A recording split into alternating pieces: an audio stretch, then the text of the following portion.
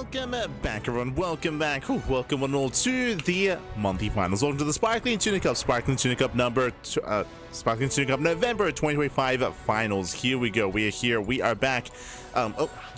We are here. We are back with our monthly finals. Again, the Sparkling Tuna Cup is a weekly tournament. Every single week, we host this event, and players accumulate points over time to qualify for the end of month tournament. Here we go. Exclamation mark, be in the chat to have a look at the back yourselves. The bracket is live, the bracket is stacked, and let us quickly head on over here. From the top, we have our top 8 players for the month. We have Nightmare, we have Young Yakov, Christiana, Classic, ByuN, Shameless, Skillous, and Percival. Here we go. We are jumping into our first series of the broadcast. We're jumping into our PvZ, and spawning in the bottom right hand corner of Ruby Rock, we have the South Korean Protoss player. We have the teal Protoss for Streamer Zone. It is Nightmare. And spawning in the top left hand corner, we have his opponents. We have the red Zerg player himself. It is Young Yakov. And very quickly, if you're in the chat, very quickly, predictions are open. Place your bets on who you think will claim the series. Best of luck in the chat as we get our gamba going. Likewise, a big shout out to Sammy in the chat. Samuel. Thank you so much. Thank you so much for the raid. Hope you had a great stream. Hope you had a great ladder session. Hope you had a great time. Welcome one and all to the Sparkling Tuna Cup November finals. Again, these are the top players of our tournaments of the weekly Open Cups of November, and they're facing off here in an invitational 8-player bracket. Here we go. Now we do have 2 series happening at the same time. Young Yakov versus Nightmare is going to be happening at the same time as Christiana versus Classic. So we have 2 best of 3s occurring at the same time. Meanwhile, we do have ByuN versus Shameless and Skillous versus Percival taking place after the fact. Going to be taking place after the fact. That'll be later on this evening, of course. So now we can focus on our PvZ. So far, so good. And again, welcome one and all. Ruby Rock is one of the more aggressive maps in the map pool, one of the smaller maps, shorter rush distance by ground. Aggression is favored here on Ruby Rock, and we do expect to see an all-in. Like Young Yakov, he's been known for aggressive builds and aggressive styles in PvZ, so we're expecting a 3-base all-in or 3-base play at a Young Yakov. We'll see how Nightmare reacts. Nightmare, he's not the most standard of players. From time to time, he's known for being a little bit more aggressive, a little bit more in your face, a little bit unorthodox at times. Doesn't have to play standard, so we'll see if he does go for an early tech choice and early timing. Oh boy. We shall see. We'll see if he does set up. Oh, one momento. There we go. Beautiful. For the time being, though, we do have our standard openers. So far, everything's looking as it should. We're about to get into our tech of choice inside of Protoss. So it is Stargate opener out of Nightmare. Everything's looking normal so far. Everything's looking standard. Now, we briefly did mention how this map favors aggression. How so? The third base. As you can see here, the third base is very open, is very accessible here on the left-hand side. Likewise, we do have another entrance here, another wider entrance coming in towards the natural as well. Because this, it can be quite difficult to defend. The arc of the aggressing player is a little bit wider. On top of that, the rush distance is quite short, and the path is very direct here in towards the third base. Unlike on other maps, there's no ramp, right? There's no ramp, there's no elevation here to help defend that third. Likewise, I can say the same about the fourth base as well. So we often see shorter games on Ruby Rock. It is quite rare to see a longer macro game on this map. Not impossible, just rare. Just rare here. So for now, we're joining with saturating. We have link speed on the way. So far, Young Yakov, he pulls out of gas, gathering his minerals, getting his third base up and running, and will soon be able to get into that 3-base aggression. That's what we're expecting, at least. We'll keep an eye on his tech. We'll see if he maybe does decide to drone up and get a 4th base and get into an infestation pit and builds up into a 4-base economy. It is still going to be on the table here. Our eyes are on Young Yakov. For now, here comes the first Oracle. First Oracle does move out across the map. Just catching up. Good to see you. Como siempre. Como siempre. Young Yakov is looking for the Jesus. We have 18 lings. 18 lings are on the way. The Oracle does dip in. The Oracle gets eyes on some ling production, but doesn't quite see everything yet. Yeah, a handful of lings have been spotted. Just a handful. We have more rushing across the map. The goal here is to delay the third base, but now there's a second Oracle in position. Yeah, the second Oracle is here. These lings, they shouldn't force a cancel. Yeah, they shouldn't be able to, and this is a big investment. Remember, 18 links were made, plus the links before that as well. That was a big investment here by ByuN Yakov. You can see they're banking up here on the left-hand side. We have 2 groups of links, and if they don't do any damage, I mean, that's just inadvertent damage dealt to ByuN Yakov. They could have been drones, essentially. All these links could have been workers, could have been drones, and we could have had a greater economy. So the pressure is on Yakov. Overlook goes in, earlier Twilight Council, a bit of a later forge here out of Nightmare, interesting. With this, it looks like early blink into potentially 8-gate blink play on 3 bases. Basically, delayed forge, later upgrades in favor of faster blink being researched. Because Stalkers come online that much faster, that means that Nightmare can apply pressure faster as well, and Nightmare's goal should be to apply pressure and potentially deny the 4th base. So the 4th base of Yakov is going to be under fire. Once again, these things, they still have some potential, at least setups. They move that across the map, and now it's time to counterattack. Here we go, Lings, they collapse on the expansion on the 3rd, going straight for the Nexus itself. At the same time, here come the Adepts. And can Yakov defend? Like, he's attacking, that's great and all, and it looks like he should kill the 3rd. It's going to be close. The Oracle's race back home, but it looks like the 3rd base will be killed. Just barely. The race goes down. Meanwhile, the Adepts, they were dealt with. No shot. Okay, they came back home. Adepts looks like they recalled back home, actually. So they went back home, which means no counter damage. No damage dealt to the Zerg player. Nightmare, he lost his 3rd base. That big investment of Lings was worth it. I was concerned that it would be just too big of an investment and that he wouldn't get any damage done, but no, he kills the 3rd. It's okay, and he still has the Lings left over. So has them left over, surrounds 3 Adepts. Ooh, the Oracles are here though. Yeah, not quite worth it. And not worth it for ByuN Yakov. He gets shut down by the Oracles. Behind this, getting into +1 melee. Safety Roach Warren. Now this Roach Warren, I feel like we shouldn't really invest into Roach speed or into Roach production, but just in case it's there, in case Nightmare were to go for an all-in and be hyper-aggressive, there is a safety Roach Warren available. Behind this, the Blink is almost done. You see, Blink is almost complete. We just ignored +1 entirely. No upgrade on the Forge. We're rushing into Storm, though, so Nightmare, it looks like he wants to turtle up. I said turtle up, he wants to saturate his 3rd base. What we're seeing here is Storm is indicative of a later timing, so Nightmare, he's taking his gases, he's long distance mining. Nightmare, if he wanted to be aggressive, now he cannot. He doesn't have the economy to sustain Blink Stalker aggression, he's stuck at home. So Yakov is in a better position. He's getting his 4th base, and the 4th base should get up and running, and behind this, Linkbane Hydra is the take of choice. As we mentioned previously, this Roach one should just be for safety. Like, if there's an all-in coming, then he can make them, but ideally you avoid Roach production. Ideally, Yakov does not make any roaches. Pulls away with his Lings. Speaking of, it looks like he did make a handful. Yeah, just the 1 roach. Just the 1. Yakov pulls away, drones up, and now eyes are on Nightmare here. Nightmare, he's walling off. He's throwing down gateways, cannons, he's walling up his 3rd. Ay, ay, ay.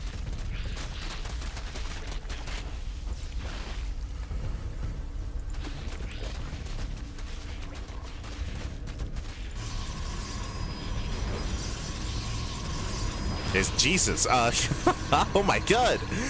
Nightmare, it looks like he's landed on Ruby Rock before. I mean, if you recall, what did I say at the beginning of this game? I was like, all-ins are common, and we expect ByuN Yakov to go for a 3-base all-in. It looks like Nightmare, he's reading that, and he throws down a wall of cannons, shield batteries, a wall of gateways, a wall of stasis traps. Nightmare, he's ready for an all-in that isn't coming. Yakov, he droned. Yakov, he went up to 4-base saturation, 5th base is on the way. Like, Yakov, he is amassing Linkbane Hydra, but if he wanted to, he could throw down Infestation, but he doesn't have to push into this. And I hope he doesn't. Like, Yakov, he has a solid economy, he can just take up into Lurkers. Nightmare, he's ready for an all-in, and Yakov, he's giving Nightmare what he wants. Like, Yakov, we can just calm down. He's going for it. Okay. Yeah, Yakov is going to commit. Again, basically, Yakov, he's choosing not to get Infestation Bit, he's choosing not to get a Hive, he's choosing not to get a Lurker Den, so he might have a high economy, but the quality of the army is very mid-tier. Oh! Massive connections! Yeah, Banelings, they crash in, 2-eye Templar just go down. At the same time, Banelings, they go for the Templar, don't quite connect this time, and Nightmare's holding. Yeah, Nightmare's holding on.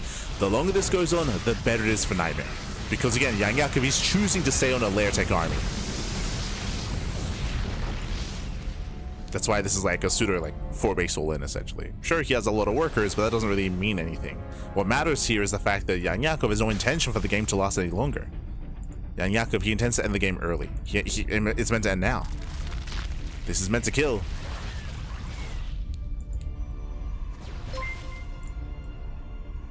And Jakov, he's trying to get a better angle. 13 more banelings on the way.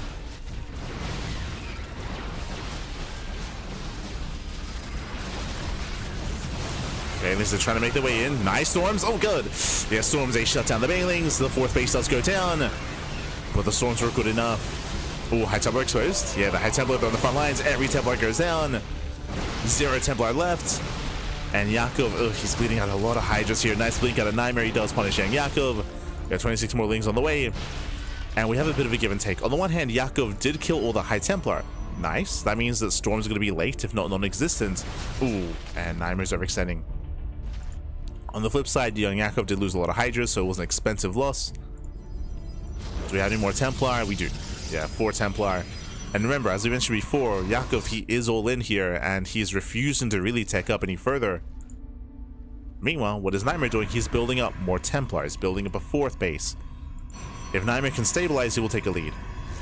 And Jakov, yeah, he admits defeat. I say admits defeat. Drones. He's making drones, and that's his infestation pits. And a second Evo chamber. Jan Jakov, he's admitted, okay, I can't kill you.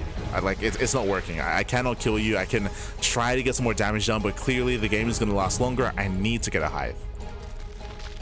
So thankfully, Jakov, he's, recognized the game state. Recognized what's going on. Oh gosh. Massive storms. Yeah, the storms are crazy. And again, because this is a late infestation bit, it's going to be a late hive, late lurkers, late tech. It does, as banelings do catch the Templar, very nice. I was going to say that there's going to be a window in time here where Nightmare has the advantage, where Nightmare has momentum, where you can kill Jakov before all this hive tech really gets going. There's that lurker den. Again, lurker den is just now being researched here at almost 12 minutes at 11:20. So this is a very scary, very tense situation here for Jan Jakov. He just has to do everything he can to keep the Protoss busy until he gets lurkers. That's the win condition here, is just buy time. Meanwhile, Nightmare's coming. Oh god. Nightmare's pushing in. How many Templar? Only 1? Oh, he's crazy. He's pushing onto Kree with 1 Templar. Bappy, where are the storms? He's got 1. Zelt run right here on top side. Zelt's into the main base. Nightmare does push in, and he's got 1 Templar. He's got limited storms. Can he make this work? Storm on the banelings, Lings coming from behind. There's only 1 storm. Yeah, we still don't have enough time for the other. Lings a trade well against the Stalkers. But in a couple of seconds, he's gonna have another storm. And Nightmare, he's breaking through. He's breaking through at the same time. Zelts in the main base were cleaned up. The prism went down, which means no more reinforcements. Nightmare, he's banking 1,000 minerals. We need to warp in. He needs those zealots. It's an okay storm, a little bit premature. Zelts take it into the mineral line, but it looks like Jan Jakov is holding. Yeah, Jakov is holding on. It was close. Nightmare, he almost broke through. Does get some drones at least. Drones going down. And Nightmare throws out a fleet beacon. Sky toss. Nightmare, he has recognized that he himself cannot kill his opponent.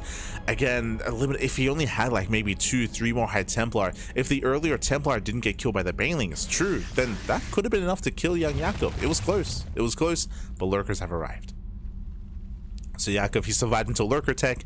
Nightmare has to back off, and he has to slowly tech up into Sky Toss. And now the momentum swings from one player to the other. I mentioned earlier that Nightmare had the advantage until lurkers. Lurkers are now out. Now Jakov has the advantage until Sky Toss. So it's been very intense. It's been very intense. Very back and forth. Nightmare, he's securing his 4-base setup. Again, the Tempests are slowly amassing, building up this Tempest.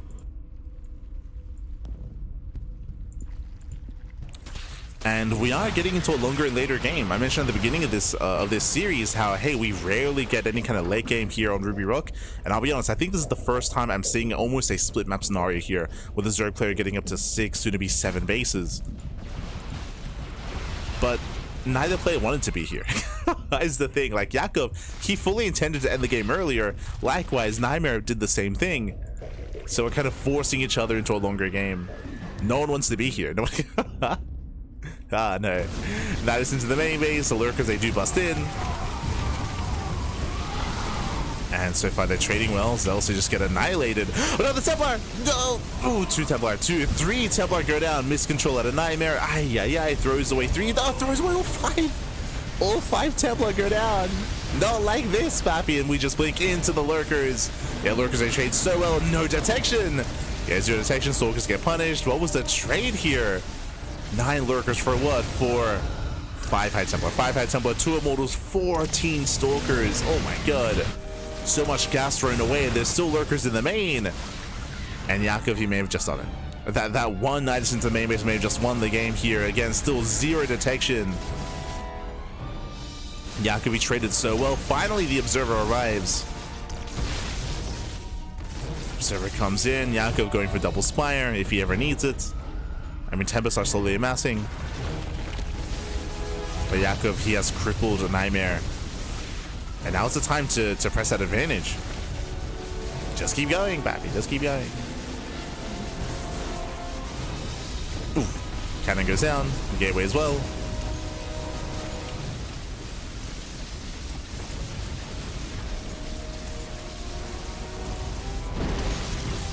That's lurkers. They do waddle in.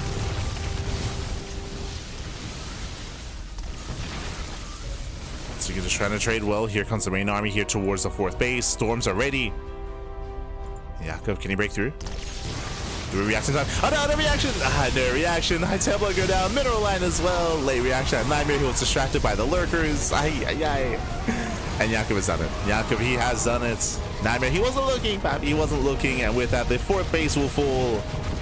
GG gets called. And young Jakub will take game number 1. GG. Whew. GG, well played. Jakub does take a lead in the series, a very intense game number 1, and we'll see if he can likewise close it out here and now, coming into game number 2. Let's go. Let us go. So now jumping to game 2.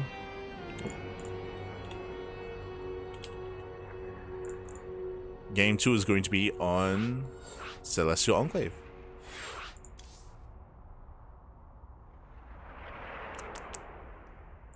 Soon TM, hold on.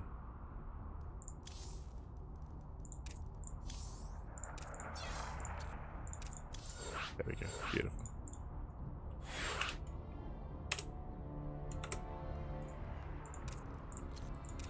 We're gonna be loading into Celestial Enclave here for game number 2. Players are getting ready.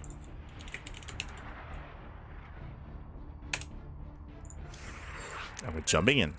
For those who are curious what the Vitas are and what the map order is, game 1 was on Ruby Rock, of course. Game 2 is Celestial, and if we get to game 3, it'll be on Taito Citadel. But here we go.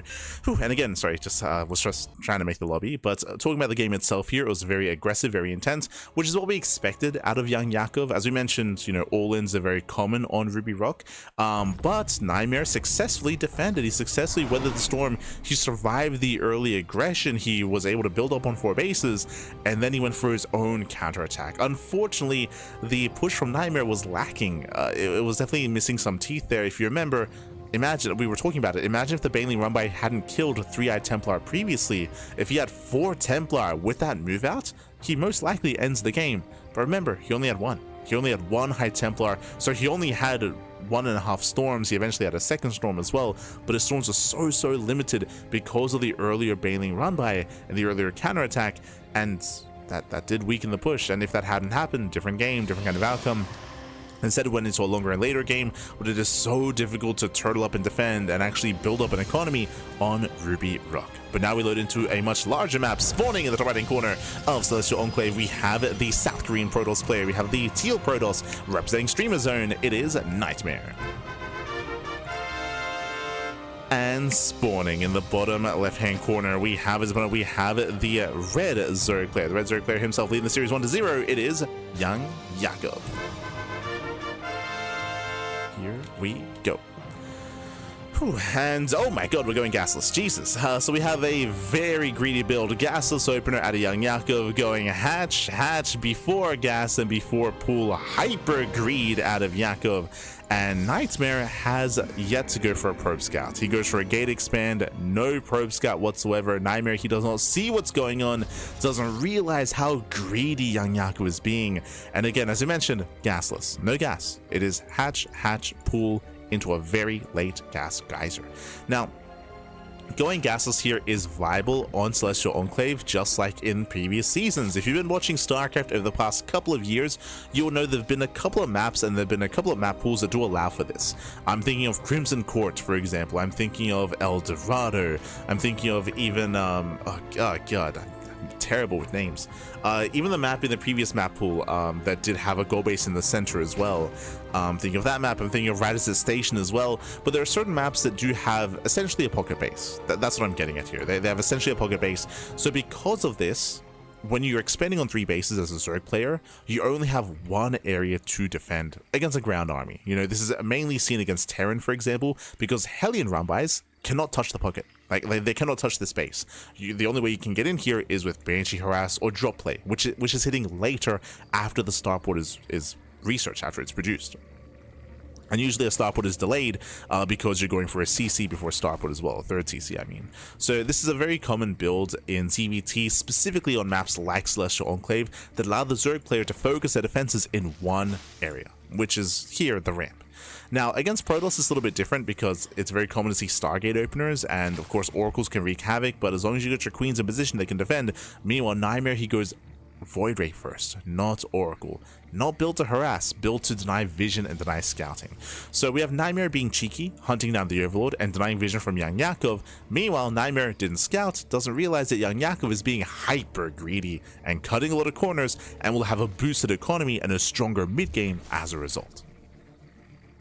So coming into this, I do prefer Young Yakov's position. At the same time, Nightmare is also quick to take a third. But the question becomes, now what does Young Yakov do with this boosted economy? Well, because gases are delayed, you often skip link speed. And you can see, yep, we're skipping link speed. This is very common. You see it in ZVT as well. Just because your gas is so late, it's not worth getting into link speed. And in ZVT, it often leads into roach play. In ZVP, muta play. I would say that Lair into fast spire into gases is there's a very high chance that that's a plan here for Young Yakov to go into mutas. Meanwhile, Void Ray does poke in, will threaten the Queen, but it's going to be zoned away. And once again, because of the Void Ray opener, Nightmare, he has no oracles, and because there are no oracles, it is difficult to scout for Nightmare. So Void Ray pokes in, gets eyes on some saturation, gets eyes on some income. Doesn't confirm the timing of the lair, so again, Nightmare, he doesn't really know what's happening here. He himself is going into his own blink, so +1 blink, standard follow-up out of Nightmare. Gas is being taken, link speed is indeed being researched, and the question becomes, are we indeed going for a Spire? The answer is no, we're going for a Hydra Den. Okay, so we are rushing into Hydra Tech, not into Spire Tech. And now the question becomes, are we going to get Eva Chambers? Are we going to get upgrades? Are we going to tech up? Or are we going for an all-in? So this is where the gas is being spent on, getting to Hydra Tech. 4th base is on the way.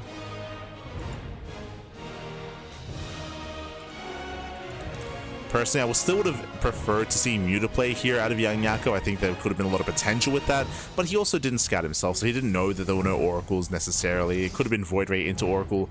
Ooh, as Nightmare, he's being greedy, going double robo. Let me ask you a question. What is the army for Nightmare? He's got a Void Ray, he's got 2 Stalkers, and he's got 2 Adepts. That's it. This is the army, by the way. Nightmare, he has 0 warp-ins. He's skipping warp-ins. He's throwing down a massive wave of production of tech, double robo, bay, +1, blink. Nightmare has nothing. If Yakov was going for an all-in, Nightmare would just topple over and just die. Like Nightmare, he has nothing right now. Yeah. So right now it's a game of greed. Right now it is a full game of greed here. Nightmare cutting all the corners to get his production, to get his tech, to saturate his 3rd base. At the same time, Yakov also has been quite greedy himself, and I see Overlord speed. So Overlord speed is usually indicative of a German taxi, of an all-in. Speaking of, young Yakov, he drones up to 74, drones up to 3.5 base saturation, getting a 4th base, and we're teching up. We're not going for an all-in. So we're in a really weird position here. Yakov did invest into this army. He's being active. He is going for a massive Doom drop. So as we mentioned, Overlord speed is indicative of, I was going to say, a German taxi of Drop Lord play. It is going to be Drop Lords, it is going to be a Doom drop. But Yakov, he has plans to maybe tech up if he needs to. Okay. So here we go. We're loading up. Now we do have some warp ins here. Now again, because this is hitting later, we're already coming up to 7 minutes. The gateways have gotten up and running. Robots are up and running as well. We do get a massive warp in. And Nightmare, he's ready with his Blink Stalkers. He's ready with his Colossus. Uh-oh, Void Ray does scout. Does what? We can unload. Yeah, we have to unload. We cannot commit. Oh no! Full Overlord goes down. Lose a full Drop Lord. And the Stalkers are ready. They can bounce. And the Yakov, he pulls away. Yeah, he does pull away. He will lose another. Oh my god, barely not. So just losing one full Overlord. Yakov has to pull away. And now it's time to drone.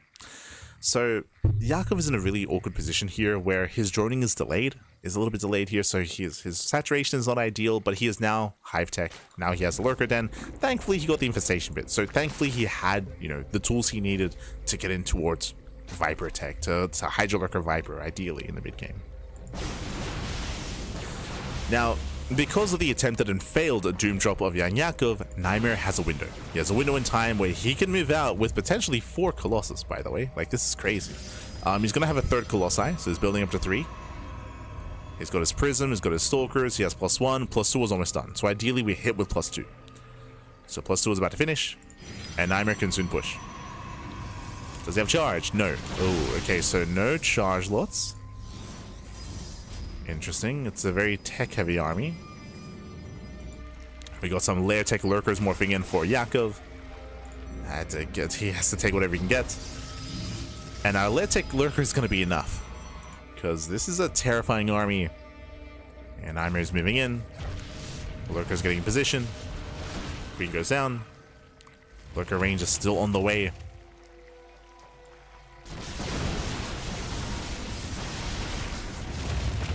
As Nightmare is looking for a way in. At the same time, very nice run by. Yeah, nice counterattack. Yakov is going for the 4th. He will force a kill. He gets a kill. Yeah, he gets a kill, not a cancel.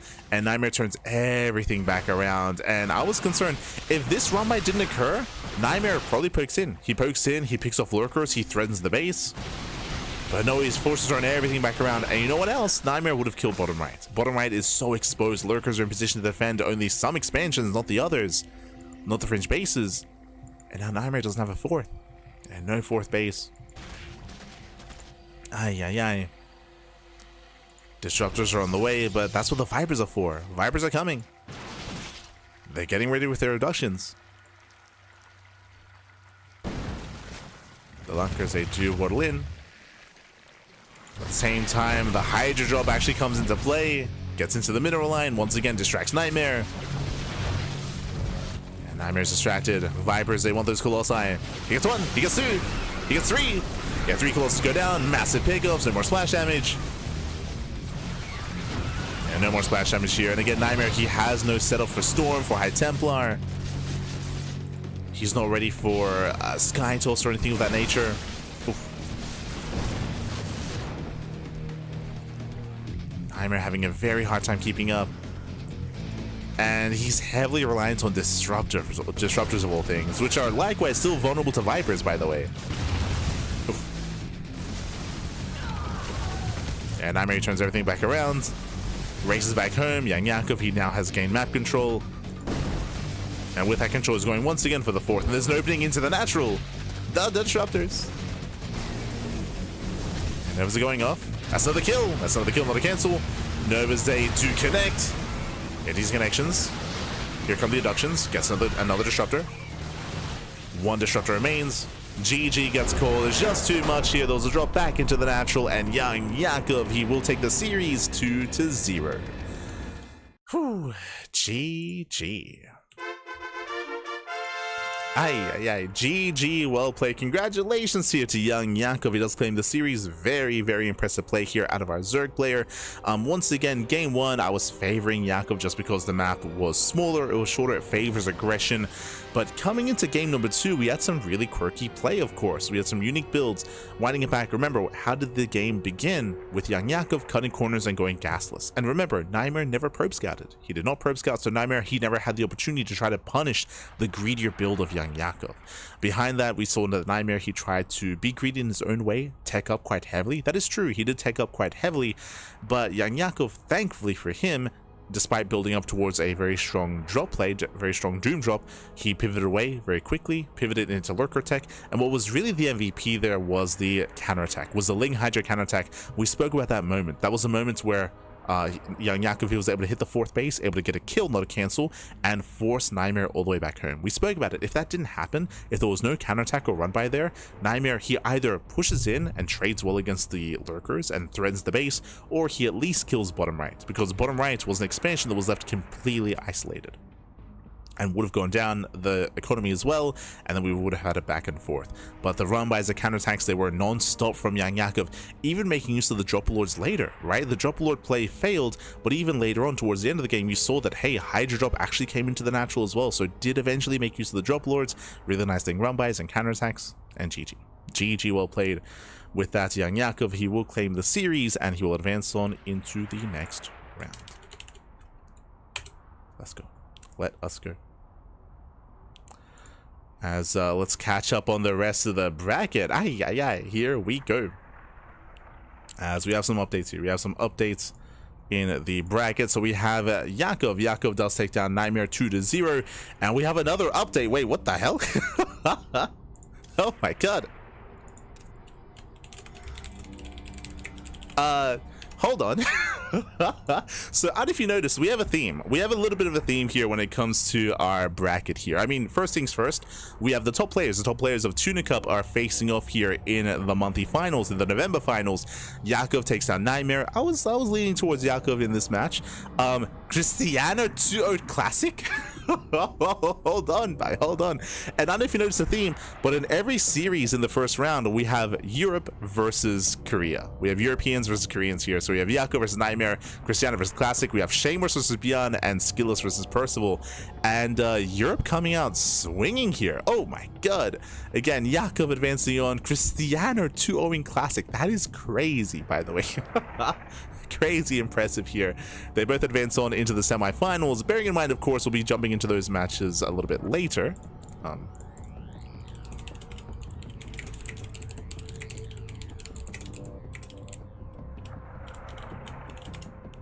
we go. Just letting the players know what is going on. But yeah, so very impressive performance here. Yeah, Yakov and Cristiano will be getting there later on down the line.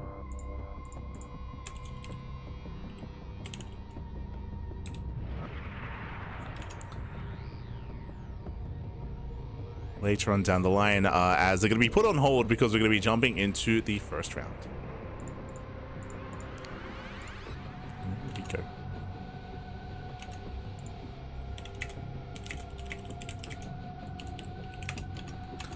Here we go. So we have ByuN versus Shameless and SKillous versus Percival. That is going to be occurring at the same time. And we are going to be jumping into SKillous versus Percival. Here we go.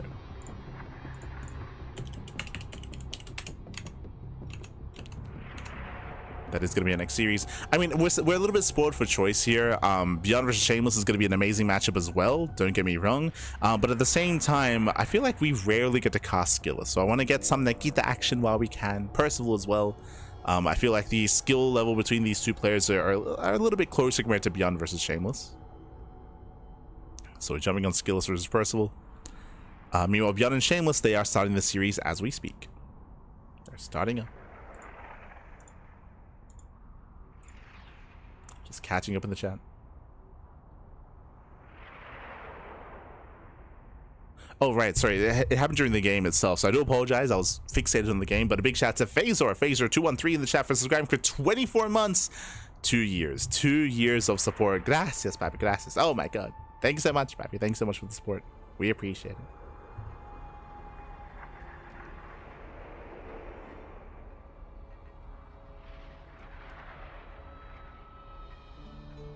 Rooting for the only Zerg in the tournament. True, true.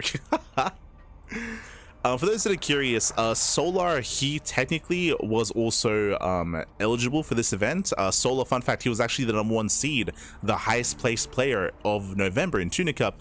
But the Wardy TV Korean Royale is starting up soon, and Solar's going to be competing in that. So unfortunately, our event is clashing a little bit with Wardy's tournament, and Solar's going to be competing in the Wardy event.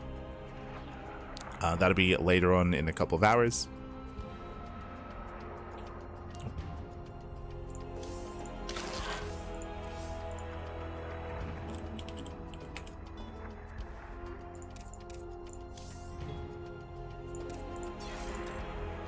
So unfortunately, no Solar in our tournament.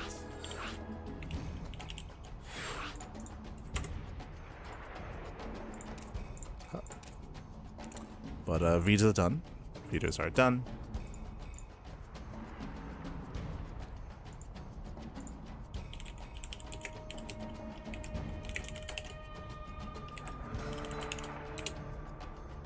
And game 1 is going to be on Tourmaline. Okay. So we have game 1 on Tourmaline. Game 2 is going to be on White Rabbit. And then game 3 is going to be on 10,000 feet. Beautiful.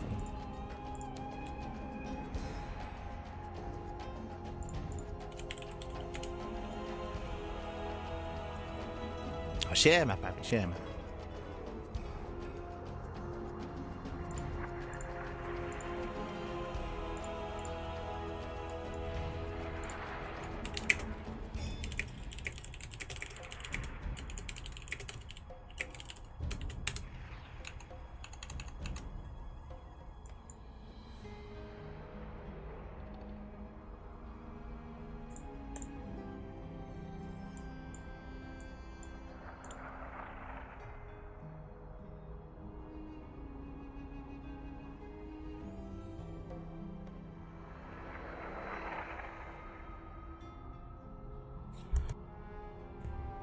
Sorry, players, just need a moment.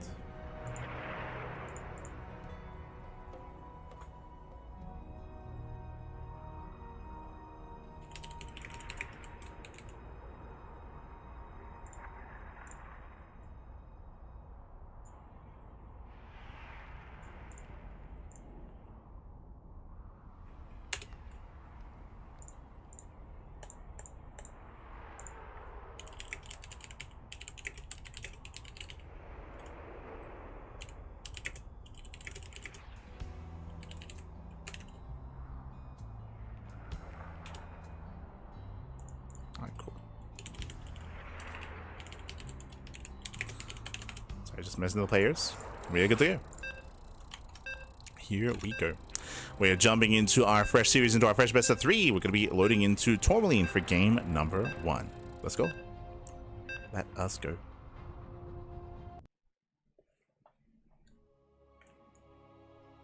Specifically best of 3 this year. Shameless, ByuN is 4-6, so closer than it looks. Yeah, for sure, for sure. For sure. Shameless is a very strong player. Again, we're spoiled for choice. Ideally, we cast everything, but we just don't have the time to, unfortunately. But here we go, spawning in the right-hand corner of Tourmaline, we have the Red Terran player, the Red Terran himself from the land of South Korea. It is Percival. And spawning in the bottom-hand corner, we have the Blue Protoss player, the Blue Protoss himself representing Team Liquid. It is SKillous. Here we go. Jumping into our next quarterfinals match here. We're jumping into our PVT, and here we go. Welcome to Tourmaline. Tourmaline is one of the smaller maps of the map pool, one of the more aggressive maps of the map pool. We bring this up all the time, but coming to Tourmaline, we have a very open area into the third base, and likewise a very wide open area into the natural and third as well. So we have these massive entrances. On top of that, we have a very direct path across the map as well. Very short rush distance. There's no ramps, no points of elevation. There's no high ground advantage. Just a straight path from natural to natural. So we do expect to see all-ins, similar talking points here as we do have on Ruby Rock. So we'll see how aggressive our players plan on being. We expect to see some more aggression out of the Terran player in a TVP, and we expect to see SKillous to be more defensive and try to survive and keep up. And we'll see if that trend continues.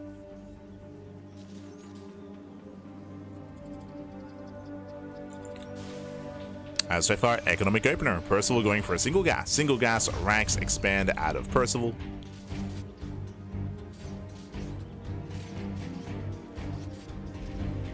And with that, we'll get his CC on the low ground. Delayed for a moment, but nothing too crazy. Forced to bring down his SCV. Settling in. No Gamba. Oh, right, my apologies. Sorry. I was so engrossed. If you're in the chat, you know what time it is. It is Gamba time. Predictions are open. Play show bets on who you think will claim the series. Will go the way of Percival or SKillous. SKillous, I believe, post EWC, he has been on a bit of a hiatus, on a little bit of a break, but it's great to see the return of SKillous competing once again in Open Cups, and we'll see what kind of form he is in. I will say that Percival this entire time has been on the grind, right? He's been on the grind. Percival, he streams a lot, he plays a lot. You can see the rate of improvement this year from Percival has been a steady increase in all matchups. It's been impressive to see his rate of improvement. And who do I favor coming into this? That's the question here. I feel like there's a lot of hype. There's a lot of hype around Percival. Again, has been getting so much better in a relatively short period of time.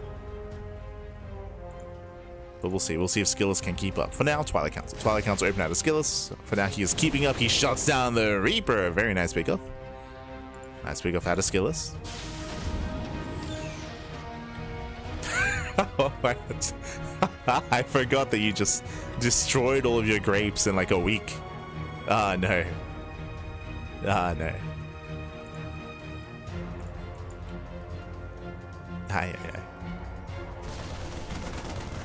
You got this. You got this. You can win it all back.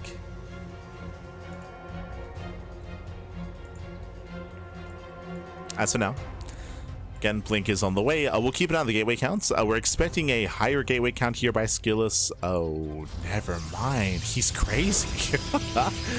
He's okay. SKillous going 2-gate Blink into a third before Robo.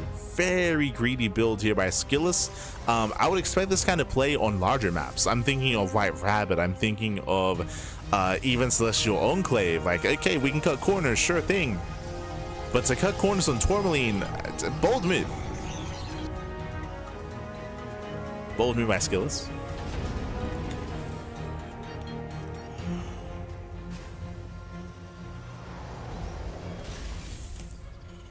As we have our initial drop across the map. 2 of mines do load up. And Percival, he will be able to scout the timing, the the progress on the third base. So he's now aware. Yep, he sees that it was a very fast third. He's aware of the greed of SKillous. And we'll see if he can punish.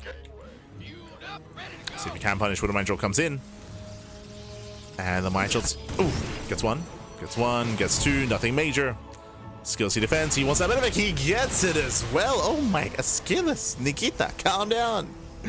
Shuts down the Reaper earlier, kills the medevac, kills with Widowmines, only loses 2 workers. Very nice defense here by SKillous, very impressive. Behind this, building up towards Colossus production, we have the Forge on the way, we have the Bay on the way, but getting into Colossi.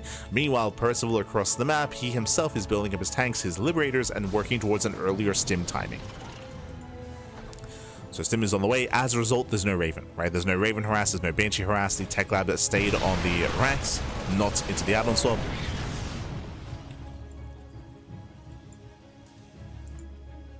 So very early stim, very early window, and Percival's going to be in the face of SKillous. Until then, though, SKillous is looking quite comfortable. Looking comfortable.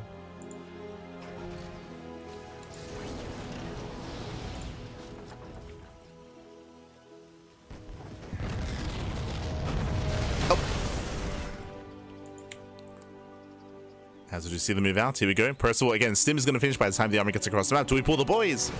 Does it commit? So far, Liberator into the main. SKillous, he does react in time. Pick up Marines. So far, it's been 2 Marines, so 2 Marines have been picked up. Observer's in position. Spots the Observer. And Percival, he pulls away. He pulls back home. Stim is finishing, but no, he throws down 2 more Raxes. He's going for a later timing instead. Okay. This screams 2 base all in, by the way. Like, he's got 4 tanks, and he's getting more, by the way. He's getting a Tech Lab on the factory. It's building up more tanks, building up a greater composition. He has a massive army already. SKillous, meanwhile, was able to buy enough time for a 4th base and for Colossus. Colossus are amassing. Here comes the 5th tank. We're going to be pushing with like 6 tanks. It's going to be it's going to be insane. It's going to be a very high tank count.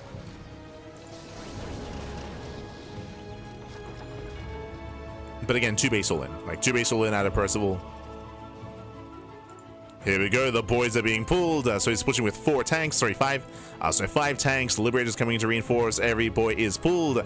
And either Percival kills SKillous or he dies trying. And where is SKillous to slow this down? No observer. Yeah, no observer. No spotter units. Previously, he was picking up Marines. He was slowing down the push. But this time, he's completely out of position. And the tanks are here. Yeah, the tanks are ready. Tanks do siege. Massive volleys here on the Colossus. Oof. Yeah, Colossus are low. And Percival, he's done it. Percival, he's just zoning SKillous away from his own 3rd. SKillous, he cannot approach the army. There's 5 tanks. Soon to be 6. So the 3rd base is forfeit. The tank count is just too high. And SKillous, he can try to push in, but if he does, he's going to be focused down. I guarantee Percival, he will target fire those Colossus. There's 3 Colossus currently. The tanks are slowly pushing in.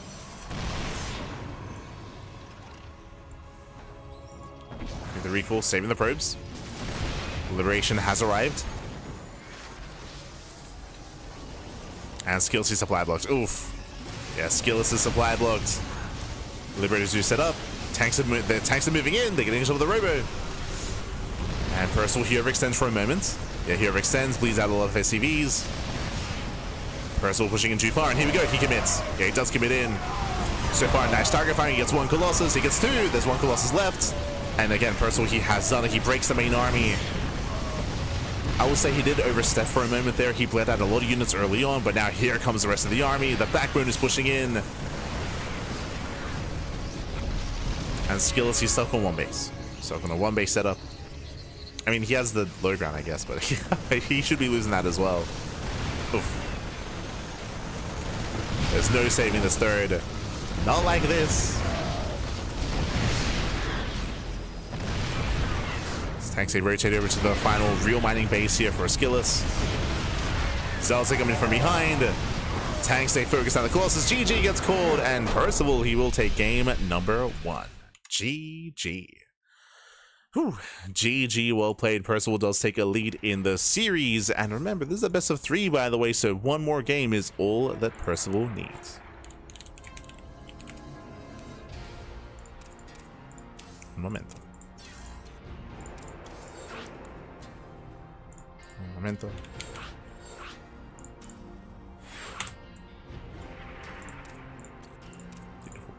So we're getting into game 2, winding it back here. When it comes to game 1, initially SKillous did an amazing job at keeping up with the first push, to the point where Percival, he backed off. Remember, he backed off, he retreated away, and he built up towards a later timing, so the initial move out was deflected.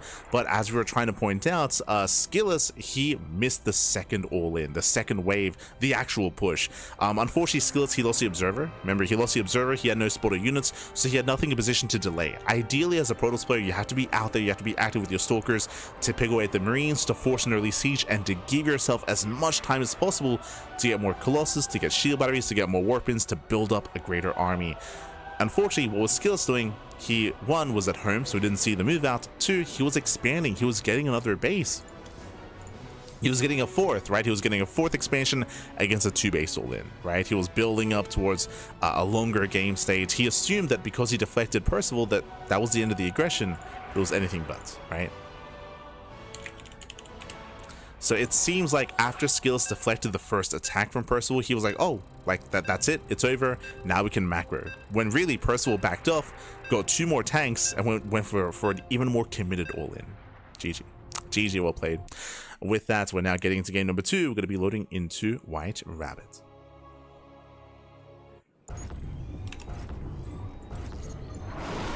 Here we go, and spawning in the top right-hand corner of White Rabbit, so we have the South Korean Terran player. We have the Red Terran leading the series 1-0. It is Percival.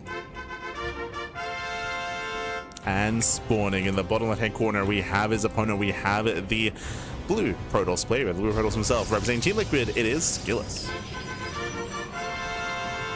Here we go. These pushes are so frustrating. Well, it's a couple of things. First things first, bearing in mind it wasn't all in, right? Like it was all or nothing that had to end the game there for Percival. As we try to emphasize, you know, we were talking about SKillous and his lack of vision, his lack of scouting, his lack of realization as to how all in Percival was. Again, it does seem like he assumed that Percival was forced back into a longer game, and he assumed that Percival was getting a third CC. We know that wasn't the case. But another factor there as well is the map itself. We did mention it. Tourmaline is a very aggressive map. Tourmaline favors all-ins. All-ins are stronger on Tourmaline than they are on White Rabbit, for example. So the map as well is also working against SKillous when it comes to trying to defend, just because of how open and exposed the third, fourth, and natural base are. That's why we started the game previously talking about how open the bases are and how exposed it is and how all-ins are favored, and we expected an all-in out of Percival.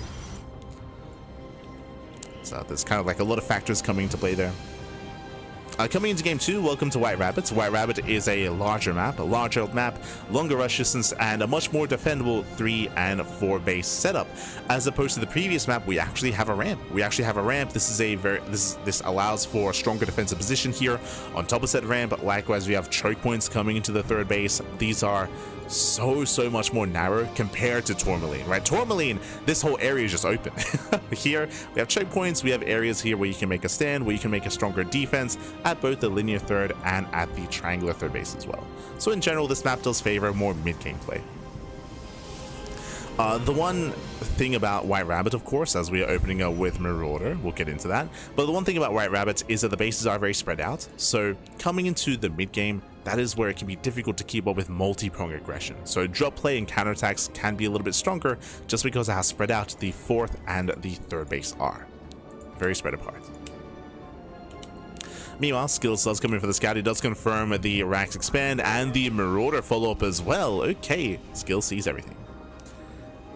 Now, winding it back, if SKillous had scouted earlier and he had seen the initial CC timing, his reaction may have been to try to punish the greedy build of Percival. Remember, Percival, he's being greedy this game, going Rax expand. The purpose of the Marauders was to punish any punishing gateway units, but it was a probe scout, not the adept or the stalker, so SKillous stays home. SKillous stays home, he should not be caught out by the Marauders. And SKillous' reaction is Stargate. Bold move. Okay, so Stargate opener out of SKillous, and going for Oracles, going for Phoenixes. Back at home, it is going to be Percival going for a very fast third CC. 3 CC, 3 racks, hyper greed out of Percival. Now, we spoke about the map, how it favors more mid-game play. We're seeing that here. There's a reason why we're seeing the polar opposite at Percival. Percival, he went for a very committed 2-base all-in game 1. Here, hyper greed in game 2 because of the map. Like the map does favor this kind of play. Now, this is quite greedy though. This means that if SKillous were to go into 4-gate blink, if SKillous was hyper aggressive with blink stalkers, Percival would have a really hard time defending. Why is that the case? Because of the 3 CC and because of the 3 CC and because of the 3 racks, tank production is heavily delayed. 0 tanks, right? 0 tanks defensively, so the defensive position here from Percival was actually quite weak early on, especially pre-stim. Thankfully for Percival, SKillous did open Stargate, so SKillous' blink timing is late. So it's going to be a later blink timing, Oracle pokes in. In general, when it comes to the builds, when it comes to the openers, when it comes to our Terran and Protoss, I favor Percival here. He's in a better position. Basically, Percival was hyper greedy, and he's going to get away with it. I say that the Oracle has potential. Okay, gets 2 SCVs so far. Gets 3. And 3, 4 SCV kills. Remember, because of lack of factory, there's no tank. There's also no Cyclone, right? There's no defensive Cyclone either, so 4 SCVs. This is okay. It's okay. It's okay damage. Nothing amazing. The Oracle does get a full scout, and SKillous, he sees the 3rd command center. Bigger moment here. So it's more important that SKillous at least knows how greedy Percival is being, and he has to throw down his own 3rd base, build up, and yeah, again, it's going to be a bit of a more rocky start here for SKillous.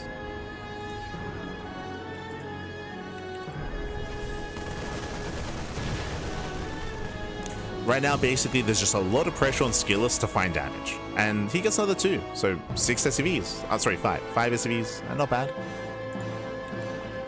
Gets 5 SCV kills in total. With the Oracle, he at least scouts, and we'll see if he can get some more damage. Yeah, Stalkers are moving up. As we mentioned again, like skills, like he's got to get something done. So he has to be active.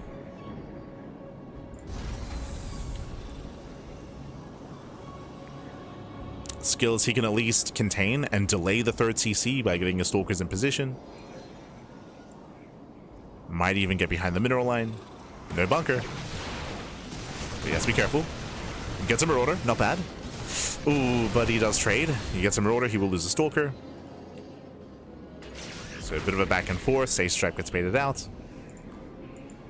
Skills, he rotates over. The Oracle will provide high ground vision. He can potentially blink into the main. And he could go for some of the upgrades. He's checking. Yeah, Percival, he reads a blink into the main base, so he does rotate. Which means low ground is exposed, and he will lose... Oh. He'll lose a Marine. Marine goes down behind this 4th base on low for SKillous. He's working towards Colossus. Right now, SKillous, he's playing on a very fine line here. He's trying to keep Percival busy while he takes up.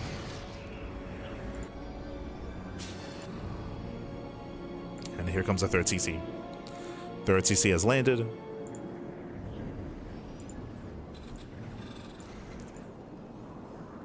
Percival does claim his 3rd. And he's taking up as well. So Percival, again, he's been hybrid greedy this game. He can now be active with drops, but behind this, Ghost Academy. Ghost Academy, Armory, 2/2 upgrades, building up into Ghost. He can now start to apply some pressure. And we'll see if Skills can keep up. He does spot the drop. Oh.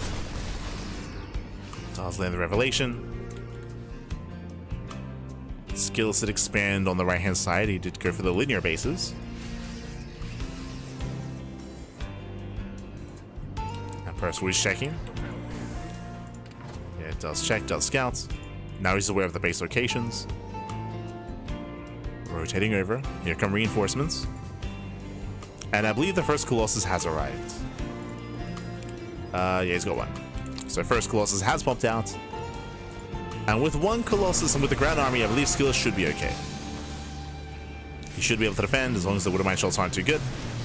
Baits out one mine.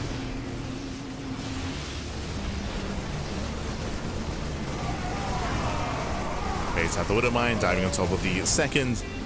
No more mines left. Oh, denies the warp in. Very nice pick up, but Zell take him in from behind. Nice surround here by SKillous. Very nice. And SKillous holds. He holds. He can maybe shut down one of the medevacs. They get low, but they get out. Yeah, medevacs do escape here into the ether, into the matrix. Medevacs do survive, but at least SKillous does defend his 4th base. He protects the 4th base. We're building up. We have a Phoenix just to hunt down the medevacs. Building up more Colossus. The game will continue. Whoa. Picks up one of the medevacs. Nice target fire, go down. Yeah, the Oracle does barely get away. Skills, he wants to punish, gets another medevac. And Skills will clean this up. It cleans up the entire army. Very nice. Cleans it up. Shuts it down. Percival has to pull away. Saves one medevac. One medevac survives.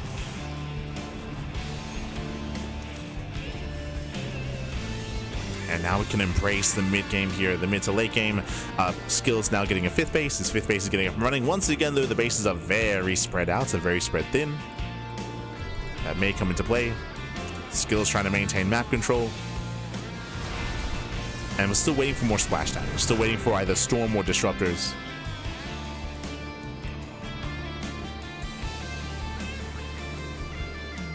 One or the other for SKillous. Repeat goes off. The Viking count is actually quite low. So a bit of a lower Viking count. Percival, he is vulnerable. He has more Vikings on the way. Colossus, they get onto the high ground. And so far, Percival, he's forced back. Zealots, they peel off into the mineral line. The Colossus, they bully back the ByuN army. Again, he needs more Vikings. And he gets them.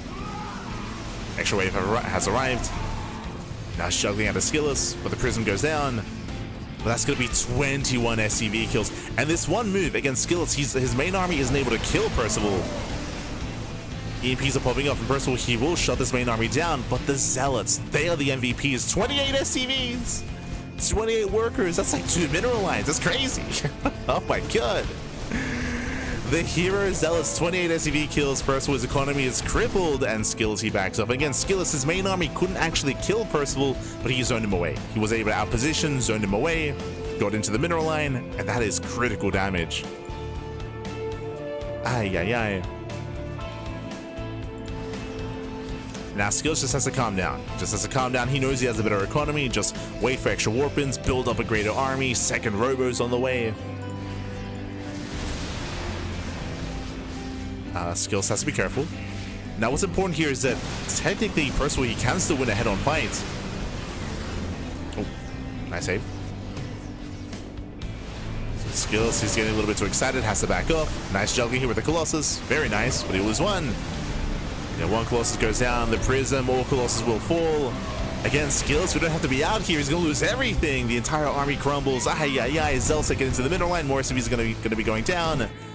And Percival, he should commit. He should just commit here. As we mentioned, SKillous had no reason to be out here. He just had to back off and defend and turtle up.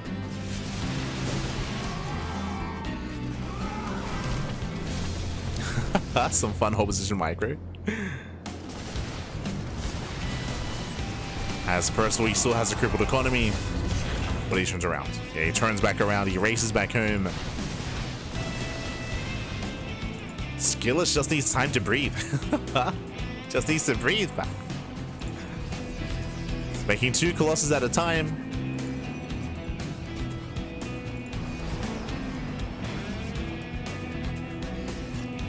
Nikita. And he's getting there. Like Nikita, he's stabilizing. SKillous, he's stabilizing. Building up additional Colossus. Percival, he just did not have enough, and coming into a longer game, he should just be outscaled by the greater economy here of SKillous. Should be, as SKillous is about to max out. He's almost there.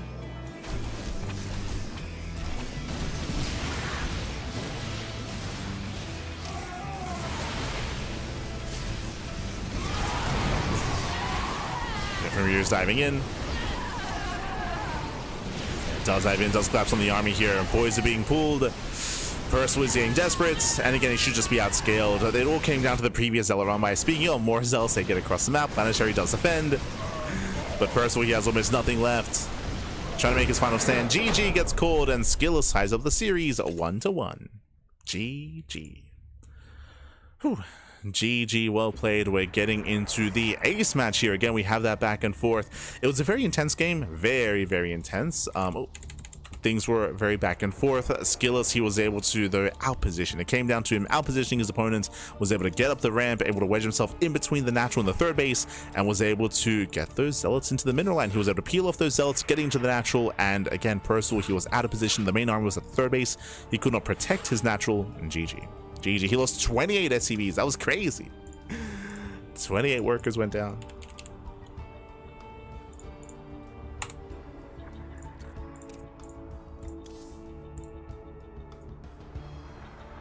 Thankfully for Percival, SKillous, he was active on the map and he overextended. I will say that.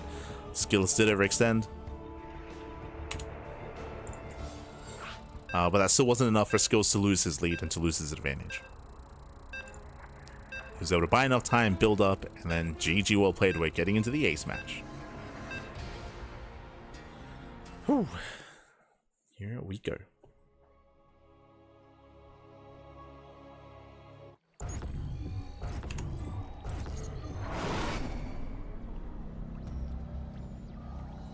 Here we go. Spawning in the top left-hand corner. Top left-hand corner here of 10,000 feet, we have the red Protoss player. The red Protoss player himself tying up the series 1-1 and forcing the ace match representing Team Liquid. It is SKillous.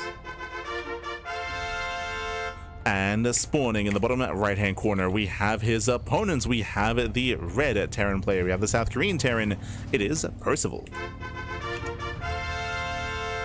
Here we go. As, oh, Hello, SKillous. What's going on?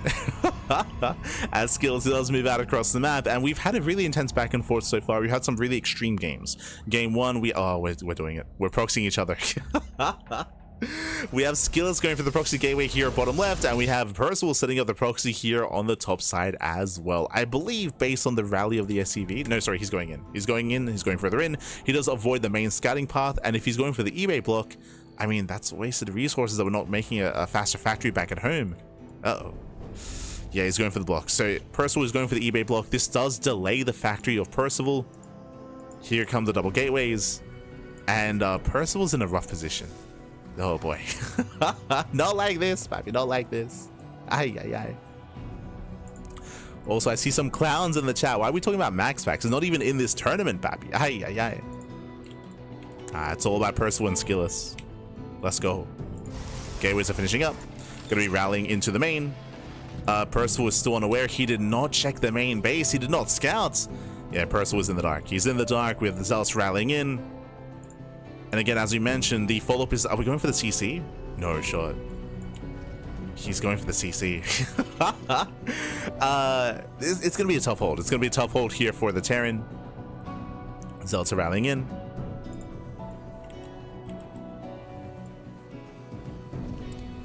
And again, everything is delayed here for Percival because of the eBay block. On the one hand, you might be thinking like, oh, so he delayed the natural. True, but also the follow-up from Percival is also late. Because of that eBay. Zealots are amassing. We have Stalker reinforcements. We have the add-ons on the way, and there is one Reaper. There's one Reaper. The Reaper's across the map. No shot. The Reaper's across the map. This depot should fall. Bunkers being thrown down. There is nothing to defend. There's nothing here. The Reaper's racing back home. Ay, ay, ay. Kills the depot. No cancel. And Zealots have broken through. Zealots have broken through. The bunker should be denied. Oh. Depot likewise being zoned away, and now there's a Stalker. Yeah, now the Stalker has made it. SKillous, he's here to end the game. He's here to claim the win. Trying to break down that front door, does break it down. Second Stalker makes it. There are Marines in production. There's a Widow Mine on the way as well, but the production is just so heavily delayed here for Percival. The bunker may finish. Yeah, the bunker may finish up, but he's still taking so many losses here. 8 SCV kills. Ay, ay, ay. 8 SCVs, delayed CC, delayed everything. Oh. And SKillous, you can just chill. You can just chill, you can just expand, building up back at home. You can just contain the Terran. And SKillous does take a massive lead. And again, this came down to not just the build of choice, not just the fact that he went CC before factory, but because of the eBay as well, which also did delay the follow-up, did delay the build order.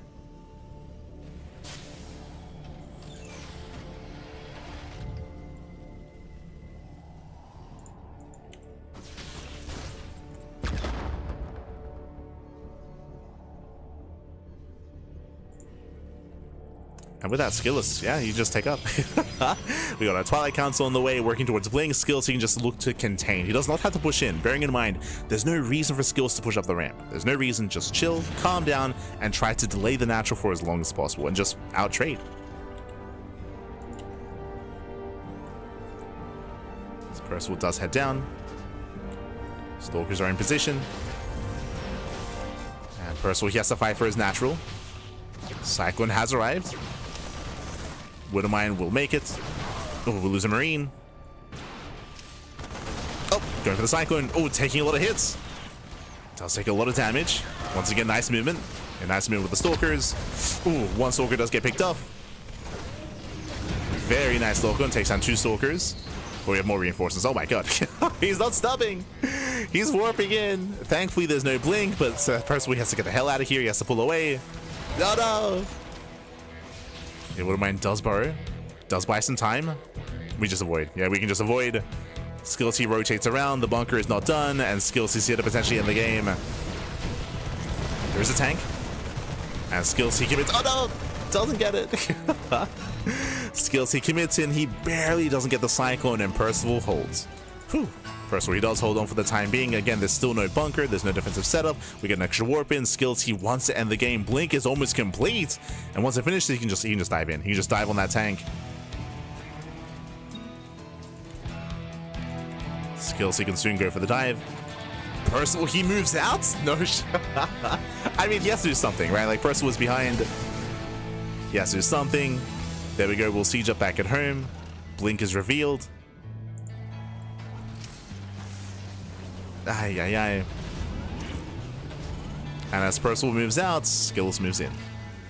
And he should get the tank. There we go. Blink's on forward. Tank goes down. Cyclone as well.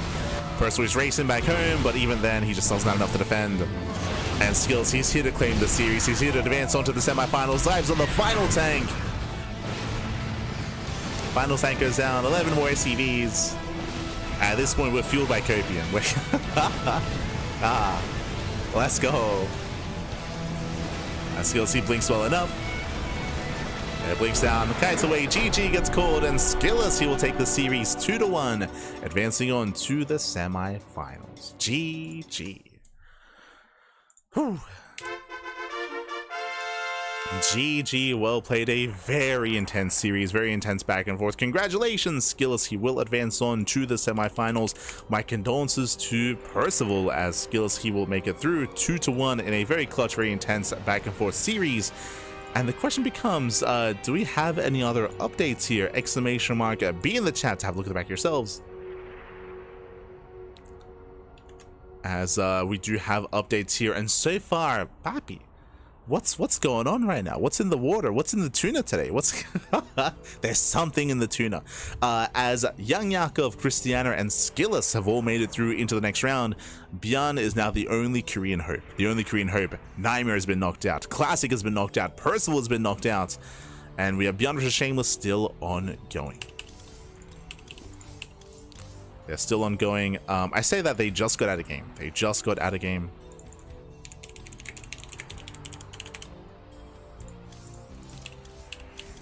And we're heading over to the European server because who's up next? Yakov versus Christiana. They're going to be facing off. Un momento.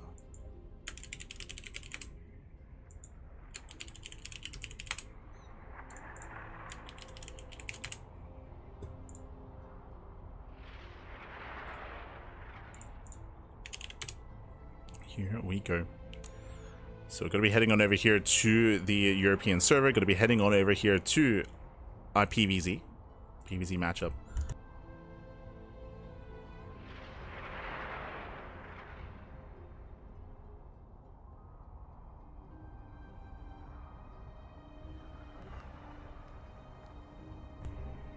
As our players are getting ready.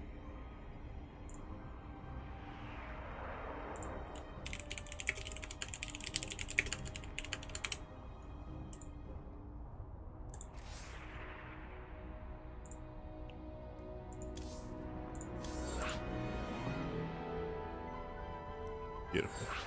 All right, so we're getting ready here. It's going to be Christiana versus Christiana versus Young Yakov in a best-of-5 semifinals match. Let's go. The best-of-5s have begun.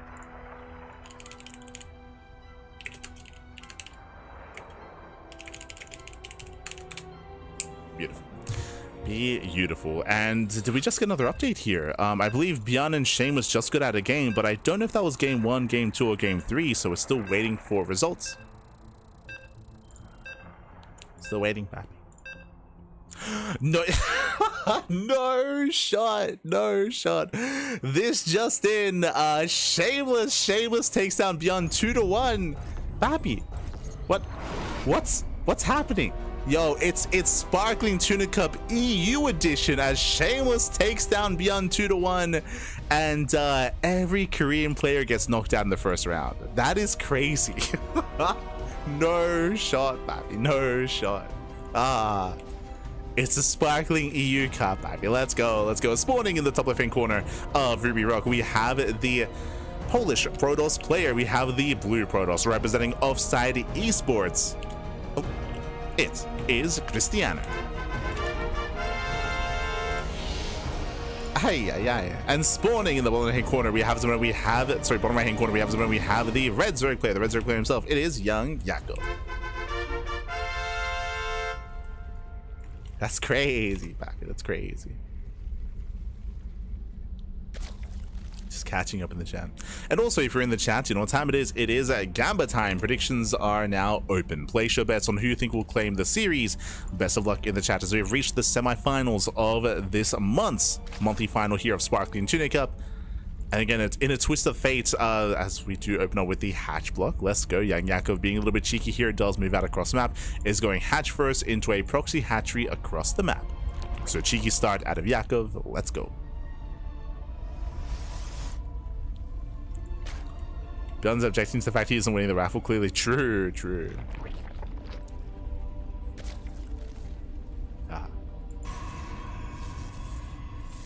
But yeah, crazy. Again, like when it comes to this event, usually we do expect to see like Korean versus European, like foreigner versus Korea, like set up throughout the course of the event. But no, only the first round, and then just pure EU from here on forward. Let's go. That's I think that's a first, by the way. I could be mistaken. Maybe Kura can double check, but I don't think we've ever had a full EU semifinals before, even in the Open Cups. Like I don't think that's happened. Like full EU semis. It's a first. But here we go. For now, 2-gate opener, double pylon as well. So Cristiano, there's a very strong reaction to the initial proxy, bearing in mind that Young Yakov, he went for a late spawning pool. So this is not a rush. Remember, this is not a rush. This is not an all-in. This is just designed to force a reaction and to delay the economy as we cancel. Again, you just cancel the hatchery, cancel the base. Yakov back at home. He's just droning, chilling. Link speed is on the way, claiming his own third and macroing up. And Cristiano, he is stuck on a one base setup for that much longer. Now, there's a bit of a give and take here. On the one hand, yes, Cristiano, his base is very delayed, but now what does he have? Because of the 2-gate opener, we have 2 Zealots and 2 Adepts. We do have a lot of counterattack potential. This army can actually wreak havoc. It's going to be up to Young Yakov to minimize losses. Here we go.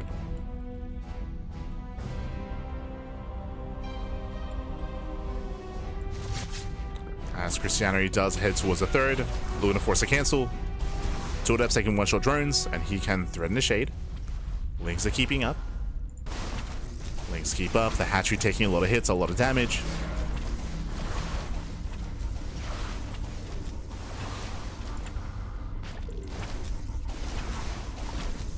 And that is going to be a cancel. Nice pickup. Does force a cancel. And with that, Yakov, he's at least contained on 2 bases, but so far he's been able to drone up quite freely here. Link speed is almost done, and now he can collapse on the Adepts. Oh, does collapse in. Oracle arrives just in time. Nice pick up here by Cristiano. Very nice. And he'll get another cancel. Another cancellation. Containing the Zerg player, punishing the initial opener.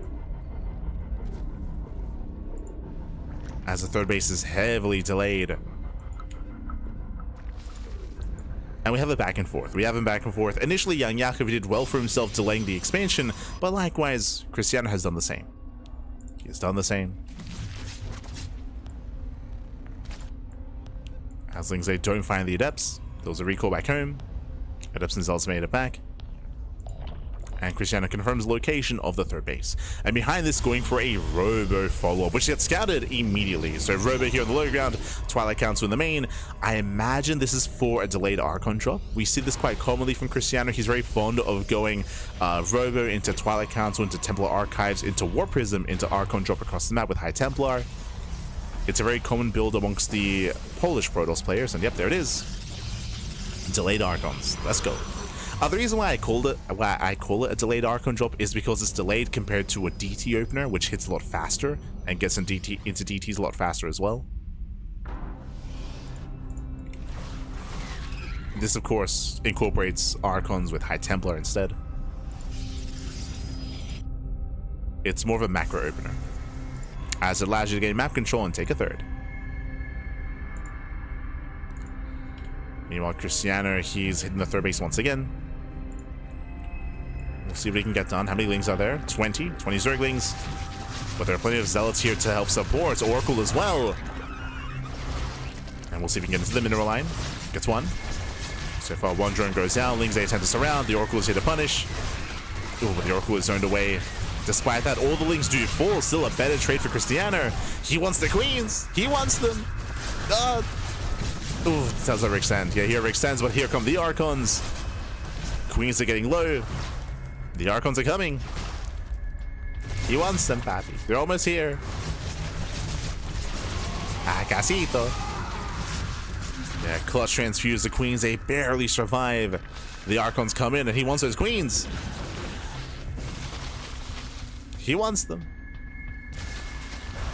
Settles for some drones. He does it. There we go. One Queen goes down. He gets one. He gets 6 drones. He pulls away. At the same time, Lings, they get across the map. There's nothing at home to defend. The Oracle was thrown away earlier. So nice pickup. Gets a pylon. Nice pickup, but still, young Yakov, he's struggling to keep up. And Yakov himself going into a Spire, going into Muta play. Bold move.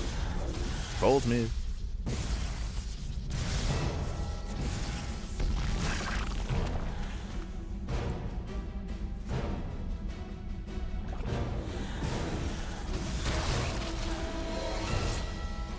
Again, so far just keeping up with young Yakov. What this opener does allow you to do here is, as you can see, it gives you map control. It allows the Protoss player to harass while also keeping the Zerg player busy. Yeah, they're busy back at home. Archons, they can of course threaten the mineral line.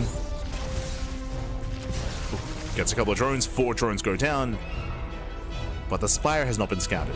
True.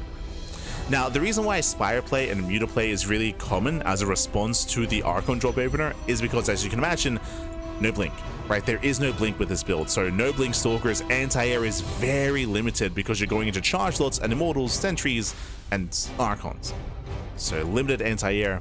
It's why we see either Swarm Host or Muta play as a reactive kind of decision to try to punish.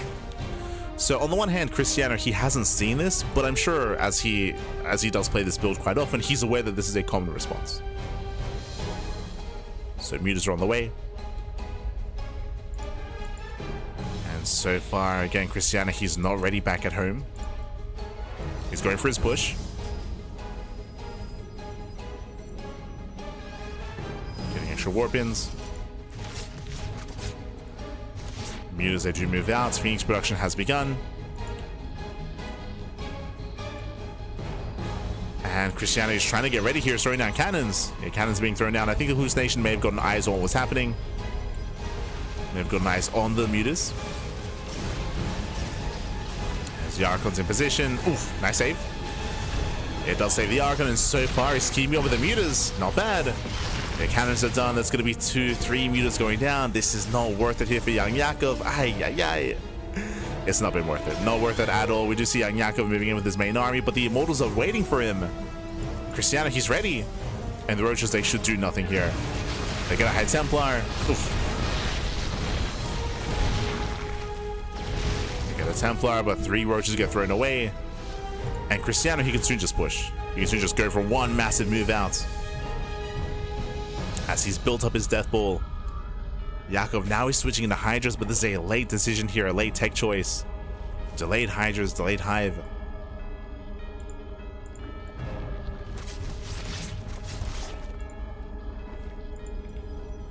Cristiano just waiting for an extra wave. So got 2 more Immortals on the way. He's going to get up to 7 Immortals. Prism into the main.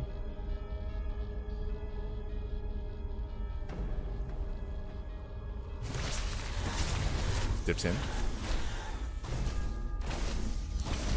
Does dip in. Zelsa get into the middle line. Queen goes down as well. Queen does go down. Ooh, Phoenix is thrown away.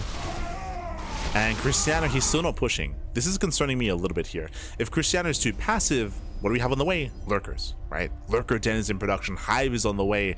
If given time, young Yakov can stabilize. But Cristiano, he's not giving him that time. Here we go. Here comes the push.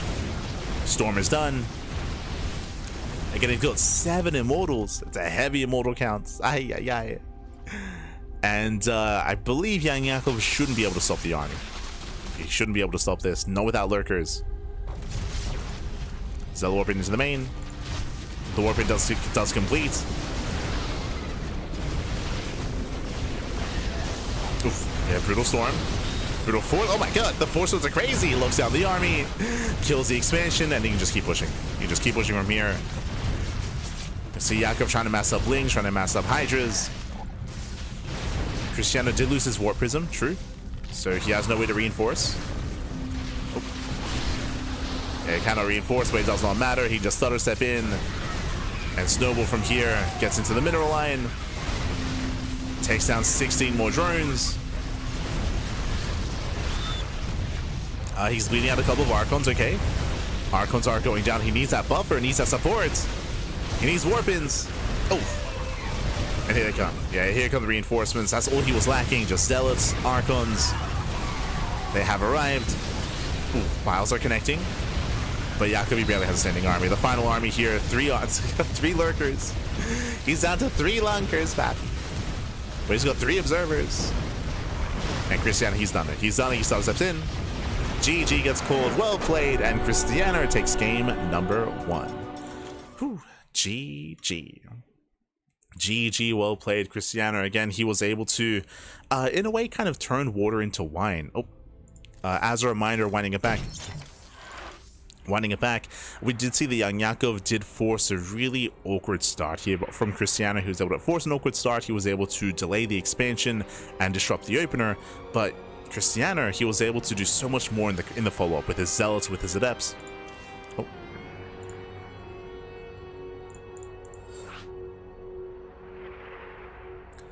Was able to delay the third base twice, if you recall. He forced 2 cancellations, and then in the follow-up, he was just so aggressive, so active, reinforcing with slow lots, reinforcing with the Oracle, the follow-up into the Archon drop as well. It just so much pressure was applied, and young Jakov, he could barely breathe, he could barely stabilize, and he was riding a lot was riding on the mutas, right? He was so reliant on the Spire and on the mutas doing damage, and they failed to do so. Remember, he got into what, 6 or 7 mutas, and once they got across the map, Cristiano, he already had a Phoenix. He had 1 Phoenix. He had the cannons finishing up in time, and the mutas did nothing. The mutas, they did nothing, and that set Jakov behind. Set him behind. GG. And with that, Cristiano takes a lead. Does take a lead.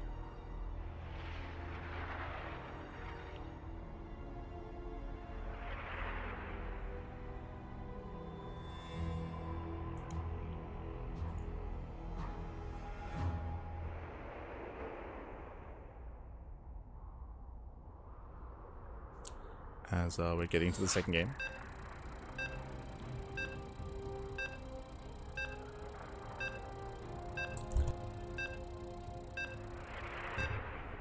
Proxy Hatch is the most broken thing in ZVP. It's someone that doesn't watch much StarCraft. Like, as you saw, like, Proxy Hatch is a way to delay the economy. It's all about what the Protoss does, you know, in the aftermath of that, right? As we mentioned, Cristiano, he was able to deal quite a bit in the counterattack, was able to force 2 cancellations, get more damage done, kill workers, kill queens. And Cristiano did come out ahead. But here we go, now we're getting into game number 2, and spawning in the top left-hand corner of Tidal Citadel, we have the Polish Protoss player. We have the blue Protoss representing Offside Esports. It is Cristiano. And spawning in the bottom right-hand corner, we have his opponent. We have the red Zerg player. The red Zerg player himself, it is young Jakov. Here we go.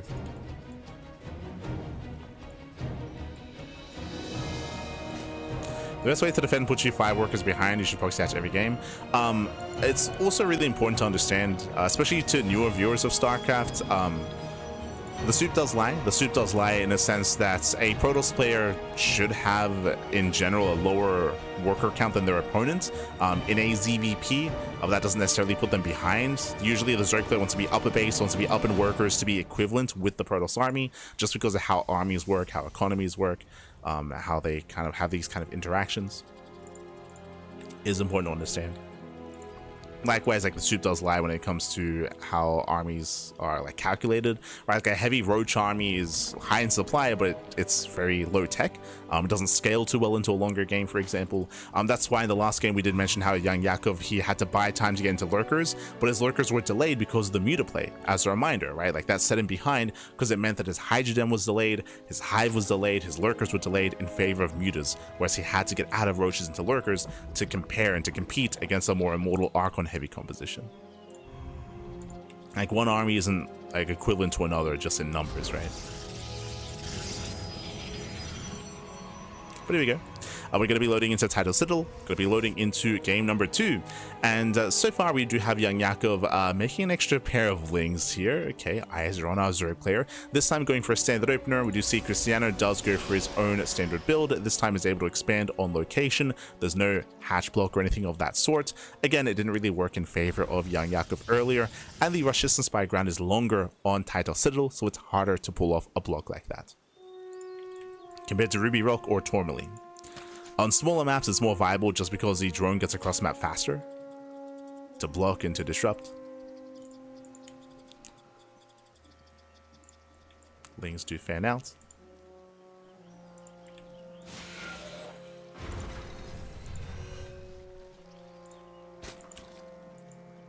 Interesting. Bearing in mind that young Yakov did make extra pair of lings, and now we have even more lings on the way. Okay, Este Yakov. Building up to 10. Yeah, 10 lings. And we'll see if we can slip in and get into the mineral line. Or even get on top of the pylon. Lings are getting in position.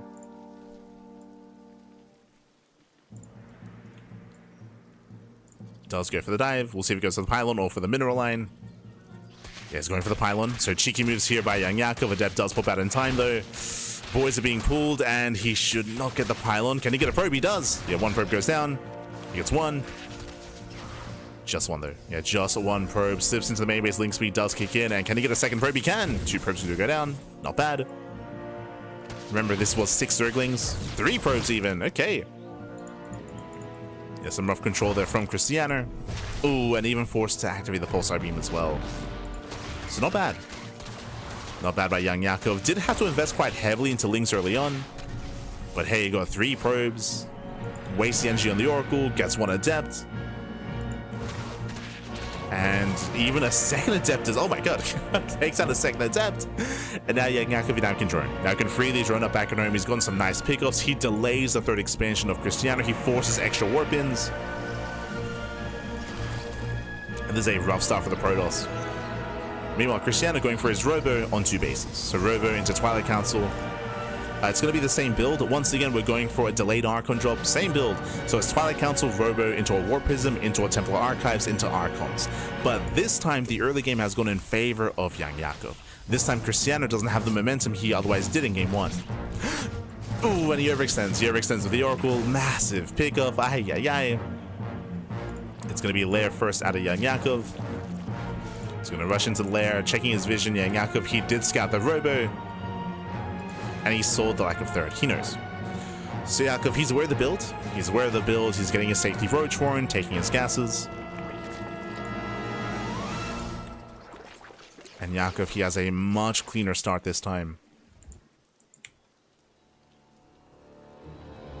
And there's a lot of riding on these Archons for Cristiano. And honestly, he shouldn't get anywhere near as much damage this time.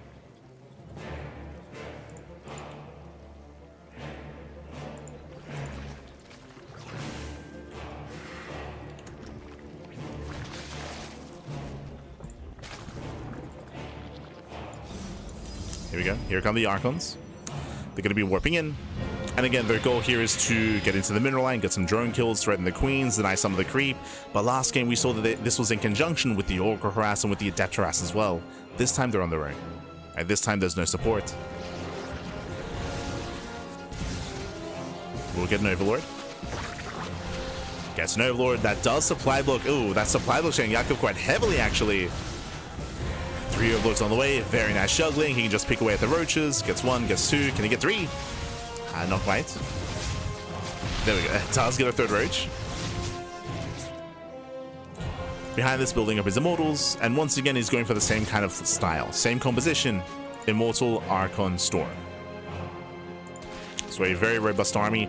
And you can see Yakov, he is so much faster to tech up. Again, roaches do not scale well against a heavy Immortal army, so he wants to get out of roach production eventually. He's already working on Hydras, eventually Lurker tech. So you can see that young Yakov, he's learned from game 1, right? He's learned, he's like, you know what? I'm not going to mess around with mutas this time. I'm not going to risk it with muta play. I'm going to just rush into Lurkers as quickly as possible to actually have a standing army against the Immortal Archon. And again, this time the Archons, they're getting some pickups here and there. They do get a queen, but no meaningful economic damage. Oh. Lurkers must be careful.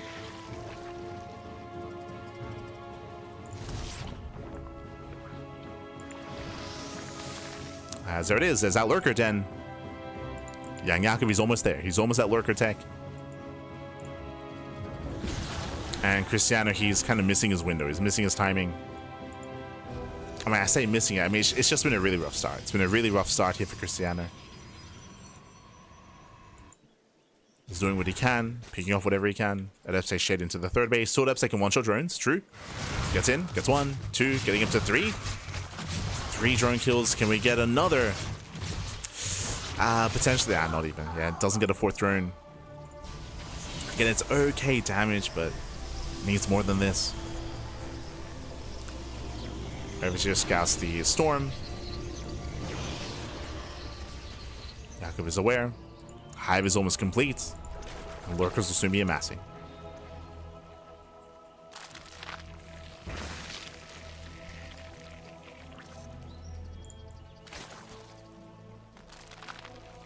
Didn't delay the third because of an Oracle into Archon drop build. Oh yes, we did mention that. We spoke on the build itself. Did have a much later third base.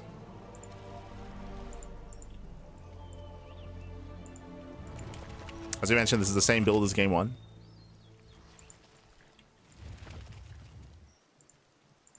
And here we go. How many High Templar? 5 Templar. 5 Templar. 5 Templar. Storm is complete. But the Lurkers are in position. He's ready.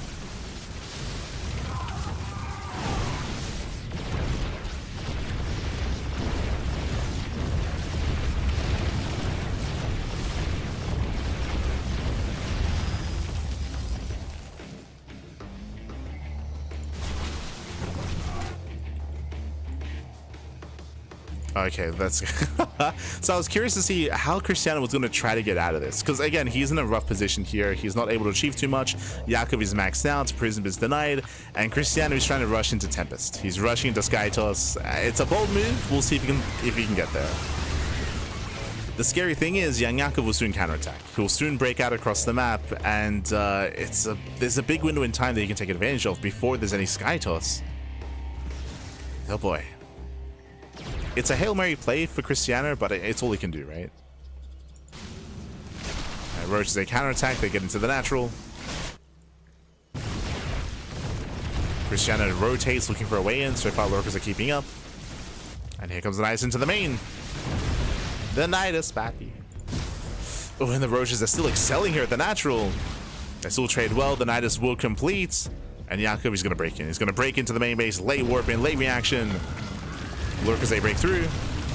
They burrow. And the main base is under fire. We force a recall back home. Thankfully, there is detection. Oh, God. But again, the SimCity working against Cristiano. Tries to go in. Brutal choke points. Does he get the High Templar? Nah, not quite. And Templar do survive. Cristiano, he's holding. He's holding on. So Yakov, he rotates to the low ground. Lurkers are getting in position once again, making use of that choke point. Yeah, once again, oh my god, the Lurker shots are crazy. Yeah, the army just evaporates, and with that, young Yakov is done. A GG gets called, and Yakov, he will tap the series 1-1. GG. Whew, GG, well played. Again, it was a very, very shaky start from Cristiano. As we mentioned, he did lose the initial Oracle. He lost the early momentum, early Adepts as well. A lot of it came down to the initial opener of young Yakov. Remember, he did make 10 links early on, more than usual. And with that, he was able to pick off 3 probes, able to catch, was it 2 or 3 Adepts? I want to say 2 or 3 Adepts, and the initial Oracle did fall as well.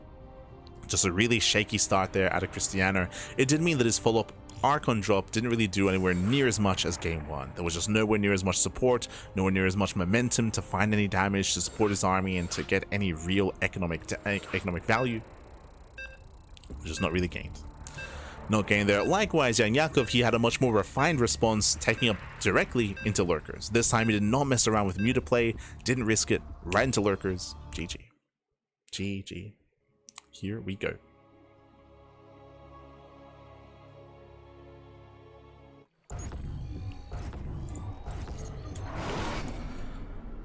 And spawning in the top left-hand corner of 10,000 feet, we have the Polish Protoss player. We have the blue Protoss representing Offside Esports. It is Cristiano. And spawning in the bottom right-hand corner, we have his opponents. We have the red Zerg player, the red Zerg player himself. It is Young Yakov. Hello, and welcome to 10,000 feet. 10,000 feet is a much more aggressive map in the map pool, one of the shorter, if not the shortest rush distance map in the map pool. We checked earlier, and I believe it is shorter than Ruby Rock and shorter than Tourmaline as well. And the goal here is to hatch block. Let's go. We spoke about this, how this is less viable in some of the larger maps. Oh, sorry, my apologies. I assumed hatch block. We are going for the proxy hatch here at the third base location. Let's go. Let us go. Now, one of the unique features of 10,000 feet is the mineral wall. We have a wall here of minerals, which does give access to the natural expansion. And if Cristiano does not check, if he does not scout, then Young Yakov can just flood and all in straight into the main, or straight into the natural base through this wall. So the goal here is to get the hatchery up and running, make some drones, and mine through that wall and bust in. Oh boy. So we'll see if Cristiano checks. Early on in the patch and early in the map pool, it was very common to go for this build and very common to check and to wall off as well. Just because it was just a common strat that players were going for. Then it died down because it's so common. He sees scouts. He sees the drones being routed across the map. Cristiano knows. Yeah, he knows. There we go. He is already getting in position. Pylon is getting up. Cristiano, he's mining it out himself. Oh, he's crazy. Okay. Usually you get a pylon, you get a shield battery, you get your adepts in position, and you just defend. You defend this position instead, and you kill any drones trying to mine. But no, he mines it out himself. He's crazy. We'll see if he can deal with this. The initial zealot has arrived. Second zealot's on the way. I mean, yes, he does deny mining, I suppose. True. Like, getting damage on the hatchery doesn't really matter here, as it shouldn't go down. But it does disrupt mining. Queen is on the way. And Cristiano, can he shut this down ahead of time? I mean, again, he does deny the the spine as well. Let's go. Denies the spine. The wall is getting up and running. And yes, so far, this reaction, I mean, it's been solid here from Cristiano, as this is meant to be a spine rush alongside this. Yeah, Jesus.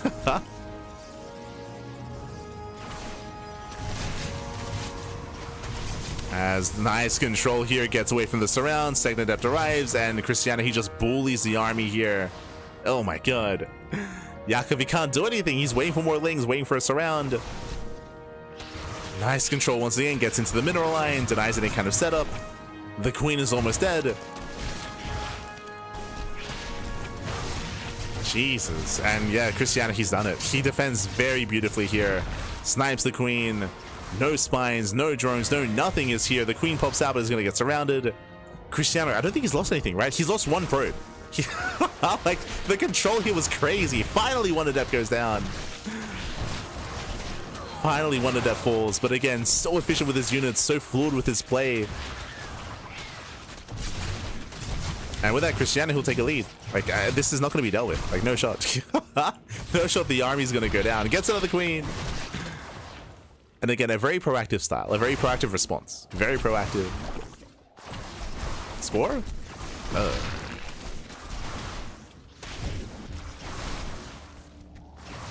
And again, Young Yakov, he has no momentum. Sure, he's built up some lings, but there's already a wall. There's already a wall, right? There's already a full wall up here. More adepts are amassing. Does surround one adept. Not bad. Surrounds two. Two adepts go down, but it costs so many Zerglings to pull that off. And again, Yakov, he has nothing else really here. He can maybe try to surround this army with those reinforcements. He's going for it. He's too soon. Yeah, he's a little bit premature. He was trying to time it with the lings, with the eggs. Didn't line up.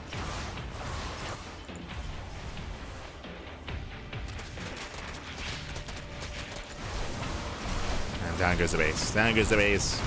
Yakov, he's trying to drone. He's trying to saturate. We do have a natural back at home. We have another hatchery. We have a Bailey nest as well. This is very ambitious here from Young Yakov. We'll see if he can pull this off, because this is a terrifying army. Now, there's a world. If Young Yakov can surround, if he can lock down this army and land some of those Bailings, then maybe he can survive. But I don't think he has the army supply for it. He doesn't have the gas for it, let alone army supply. How many Bailings can he morph in? 5. Oh boy, 6. Okay, so 6 Banelings are morphing in. If Cristiano isn't paying attention, and if the Banelings connects, oh, okay. Thankfully, there we go. Pre-splits. He pre-splits. He's gonna be fine. Avoids the splash damage. Banelings do what they can. They kill 1, 2. That's gonna be what, 4 or 5 adepts going down. Now they can clump up. Yakov, he does hold. Okay. Does clean up the army. Impressive. But Cristiano can just chill. He can just drone. He can just probe up back at home. Ooh. Rallies into the Lings. Yakov can now saturate.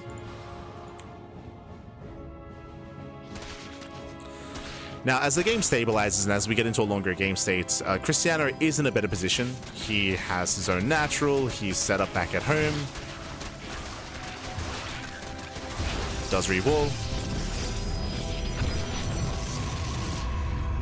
Yakov, he's got a lot of catching up to do. He's droning as hard as he can. He's going for another expansion. Bearing in mind that Yakov, he has no real tech to work with. He's been mining less for longer as well. True.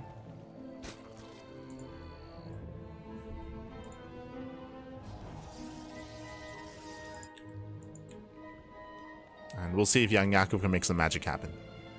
We shall see.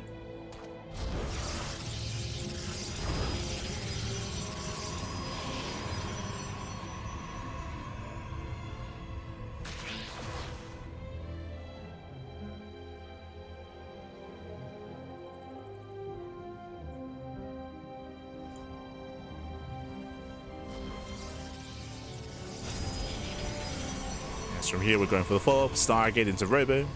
Just setting up back at home. Cristiano looking very comfortable.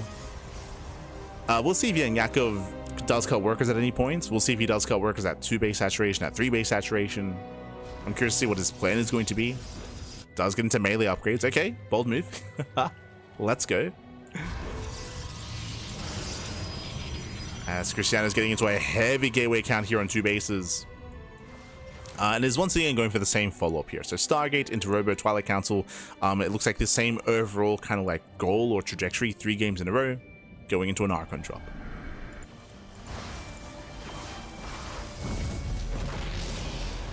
Yo, shout out to Killer Smile in the chat. God, yeah. Let's go. Map Maker himself.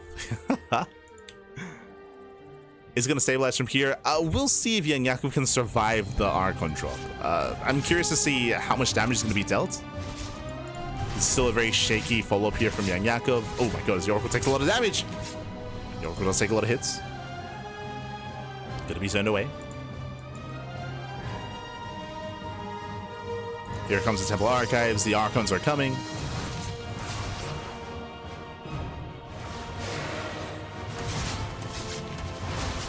How often do you see those cheeses? If you remember, we saw this often like in the first week of like play in the very beginning, but I would say not very often.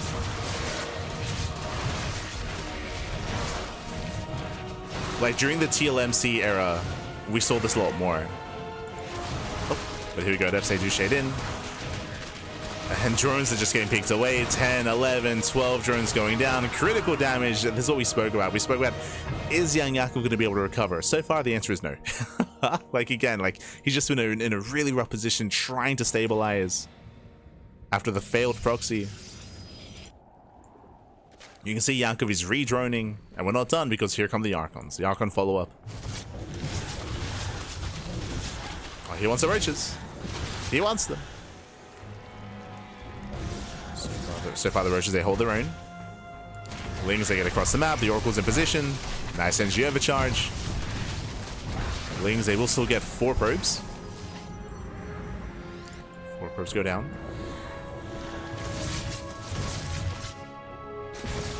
Oof.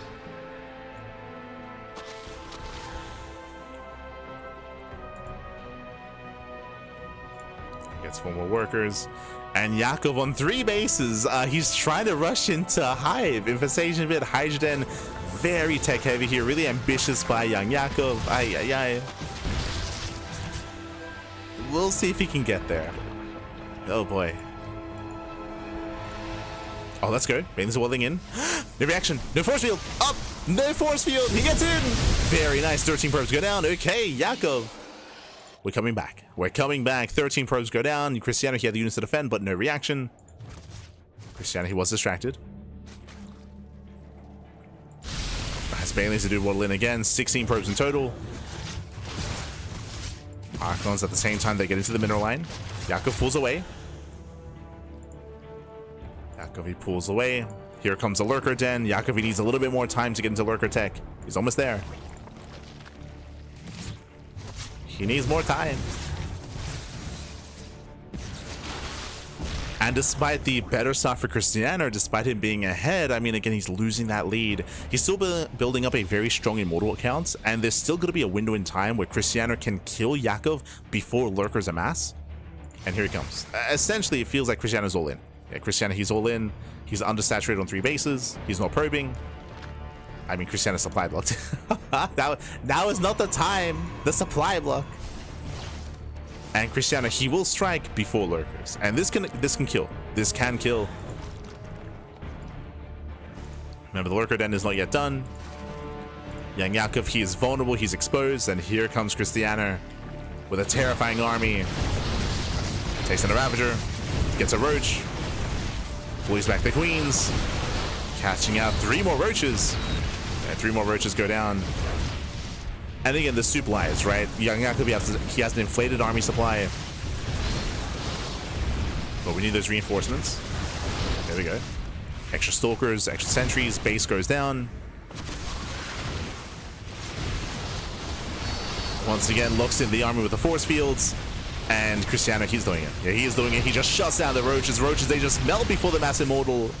So many Roaches go down. And Young Yakov, he almost but failed to stabilize. He failed to stabilize, failed to get into lurkers. Here we go, we have 2 lurkers. They just morph in. Let's go.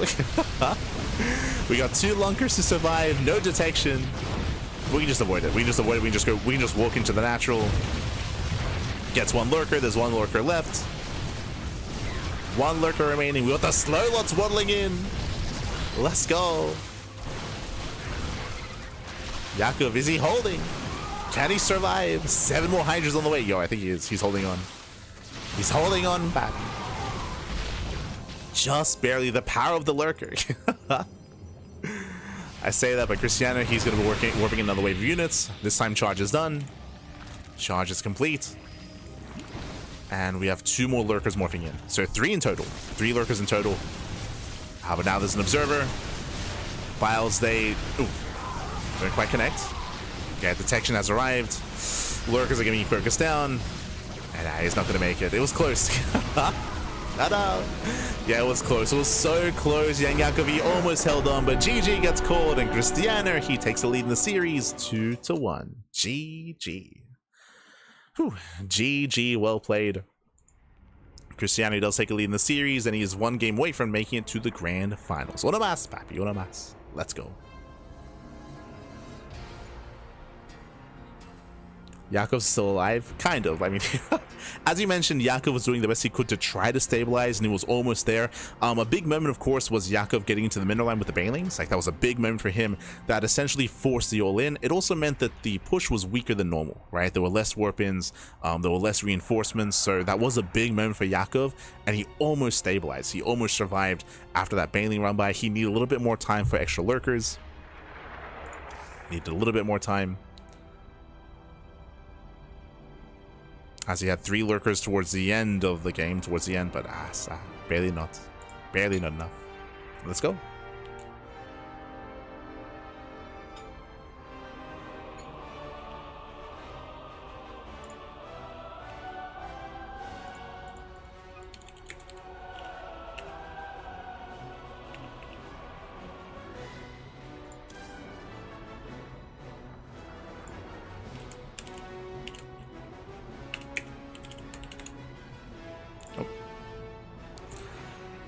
As we are getting ready here for our next game.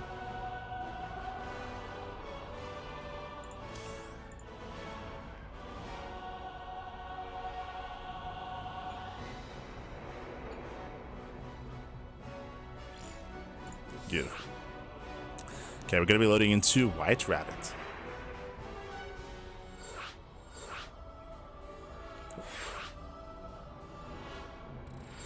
Sorry, not White Rabbit, the other one. Winter Madness. Going to be loading into Winter Madness here. One of the larger maps in the map pool. One of the more defensive maps as well.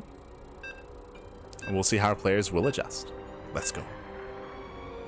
We're just catching up in the chat.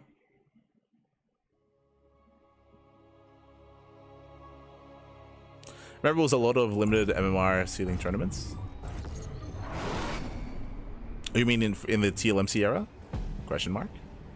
I mean, we were running our tournaments, of course, using these maps, and we did see a lot of the proxy shenanigans from players like Yakov, like Shin as well, but that was just early on. Like that, I would say that's died down. But I would also say that that the sample size is very low for ZVPs on 10,000 feet, just because of just the low amount of games that there are of ZVP, right? Like, I'm sure you know this, but maybe it's even in this tournament, there's only one Zerg player, right? There's only one Zerg player in the tournament, so the amount of ZVPs and the amount of Zerg matchups and Zerg games on these maps are very low. So it's I can't say with confidence that like we see that very often, or not often, just because we don't really have a large sample size, right? But here we go. Spawning in the bottom right hand corner of Winter Madness, we have the blue Protoss player. We have the Polish Protoss representing Offside Esports, leading the series 2-1 and one game away from making it to the grand finals. It is Cristiano. And spawning in the top right-hand corner, we have his opponent. We have the red Zerg player, the red Zerg player himself. Down in the series, we'll see if he can recover and wave that Zerg flag at least a little bit longer in this tournament. It is young Yakov. Here we go.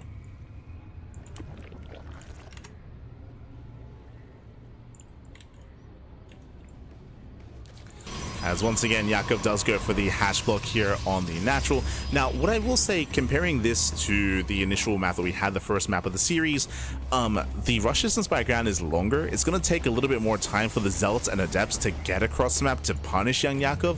I would say there's a higher chance that Yakov is able to get into a 3-base economy without too much issue. We'll see if he can.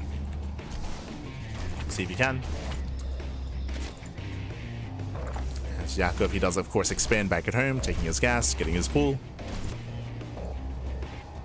and Yakov is droning up.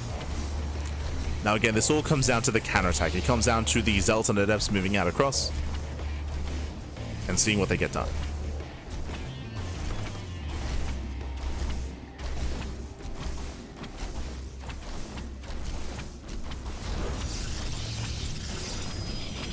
So here we go. There's a cancellation. We have the Stargate follow-up, getting into the Oracle, waiting for the Adepts, and soon Cristiano can move out. Oh, I say that, but the drone comes back in. Yeah, drone comes back in. This will delay the counterattack. That should not have happened. Cristiano does slip up. And this gives Yakov more time. Gives him more time for link speed and to prepare. As the drone will finally get picked off. There's that third base. And the pressure's on Cristiano. Pressure is on.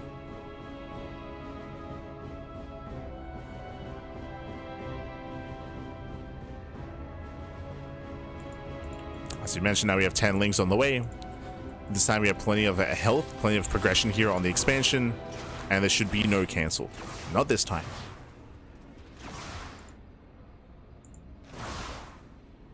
Now, Cristiano, he can still wedge himself in between the minerals and still trade well. So, we'll see. The Oracle's on the way. Has to be careful.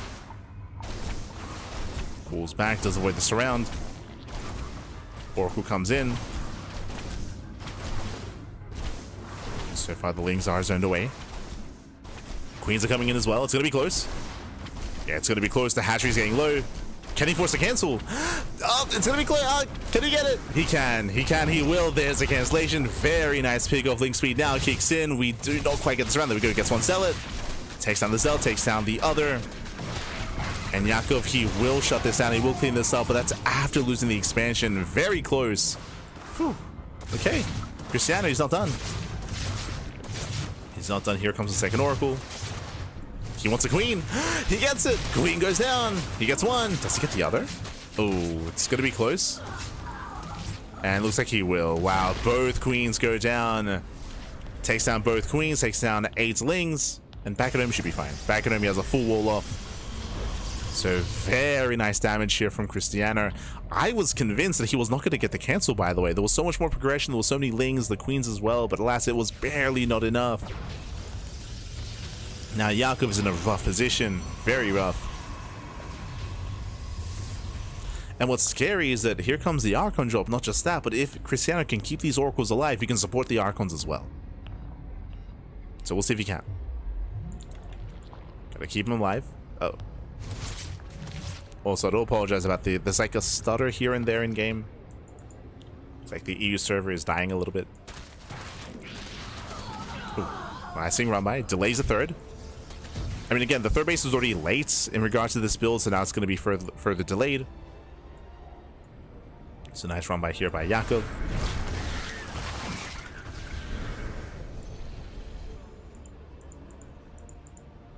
So let's lay the expansion. Prism is on the way. The Archons are coming.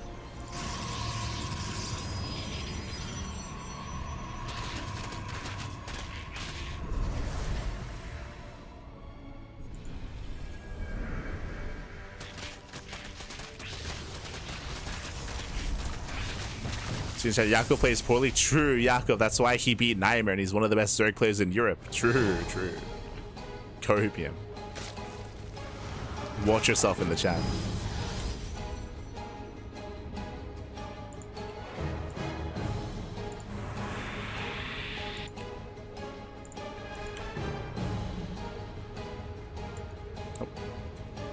Archons do more Finn.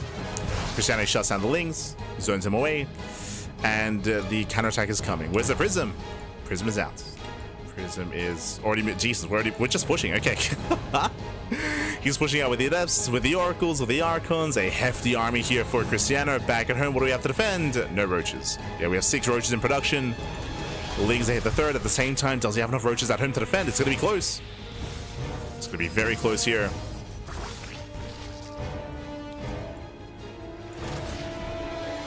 Yeah, Zing, sure they're harassing, but that doesn't matter. Cristiano is going in.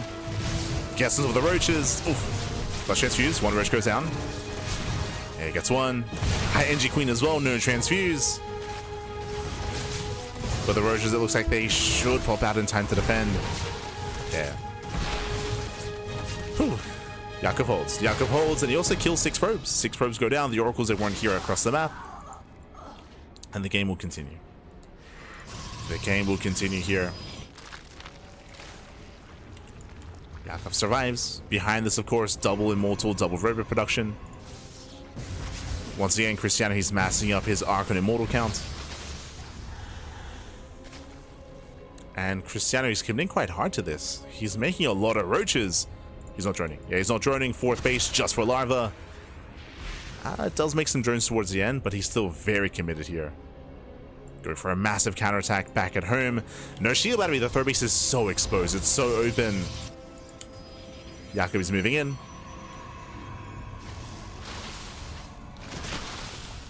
He's going for the kill, going for the 3rd. And he will get it. Yeah, massive pickup. Kills the expansion. Now going for the Immortals as well. Gets 1. Oof. Gets an Archon. It's going to be an expensive trade, and he may just trigger an all-in.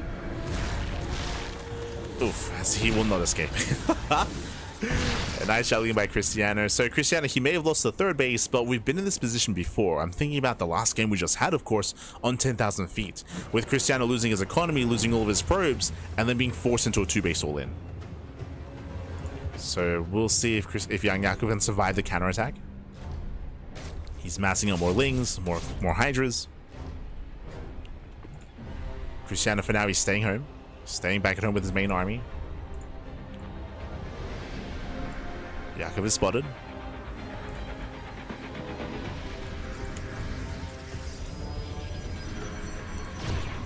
And he is deflected. Archons into the mineral line. Hydra's able to defend. For the most part. Jesus. So far, nice control by Cristiano. And we'll see if Jakub can stabilize and once again build up into lurker tech. We saw that last game he barely wasn't able to get there in time. He morphed in 3 lurkers and that was not enough. Roaches are being thrown away. That was how many? Handful of roaches are thrown away, and here we go. Here comes a massive move out. What do we have to work with? 5 immortals, 5 immortals, 5 archons. We have the war prison to reinforce. We have the archon still, sorry, the oracle still alive. Let's see if Jakub can survive. Once again, lurkers are going to be a non-factor. Oof. Oracle's thrown away.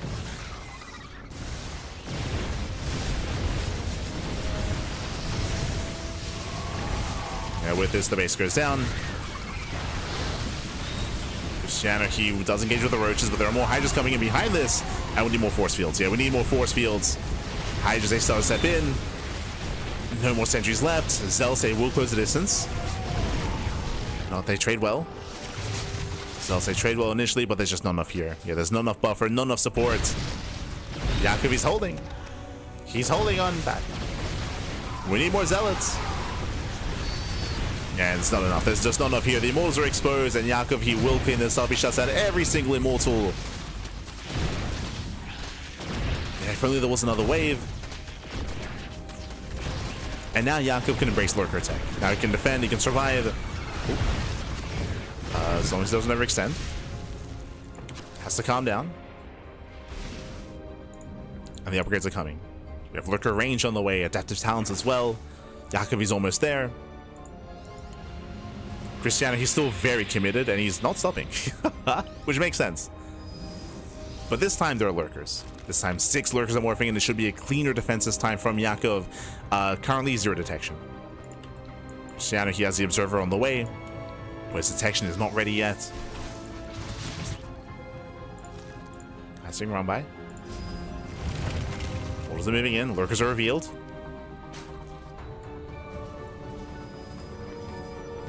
And as the lurker count gets higher, that's when things look worse and worse for Cristiano. So far there are 6. We have 2 more on the way. That's going to be 8 in total. And again, this is looking dire. Behind this, there's no fleet beacon, there's no beacon, there's no second Stargates, there's no sky toss. It's all or nothing here for Cristiano. He's committing. Oh god, he's committing in into 8 lurkers. He's going to try to go for it. Alas, he cannot. He cannot break that defensive line. And with that, Jakub, he should clean this up. Once again, looks down the army. Oof. And massive lurker shots. And we're going to the ace match. We're going all the way to game 5. Send it, Patty, send it. As Jakub does overextend a little bit too far away from his lurkers, but regardless, he should be fine. Like, he should be able to defend. I say that like it's still a lot of immortals. Like, do we have the observer? Okay, we have 4. Jesus, that's a lot of observers.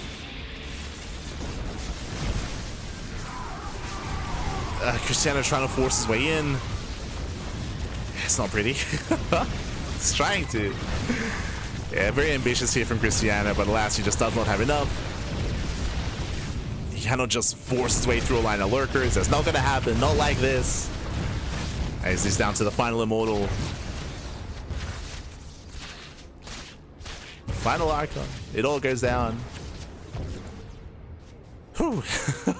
Okay, Jakub. He survives. He survives. He makes it. Now he can counterattack, and Jakub, he should snowball from here. Again, this composition here from Cristiano doesn't really scale well into a longer game, basically into a higher lurker count. It was meant to end it then and there. Barely did not.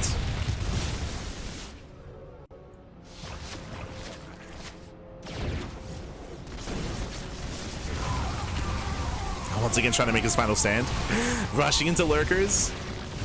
And he will break through that initial line. Okay. Takes on 4. 5 lurkers. Nice pickups. He just doesn't have enough units here though. Just not enough zealots. It was an impressive fight here out of Cristiano, but there's only so much he can do.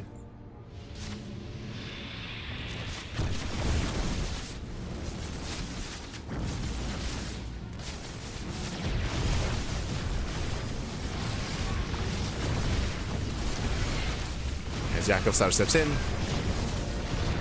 Once again, Yakov's lurker count is very low, so he's trying to force it with Hydra. Not the most efficient trade, but there we go. GG gets called. Yakov will force the ace match. We're going all the way to game number 5. GG. Whew, GG, well played. We're getting into the ace match here. Again, Cristiano, he did have a decent start when it came to killing the third base and crippling young Yakov early on.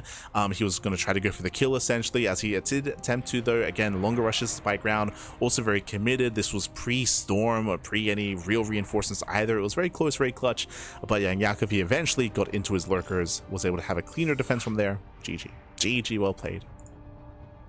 Yakov, he does hold on Winter Madness.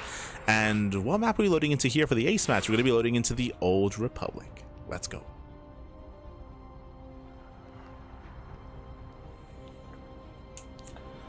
Oh.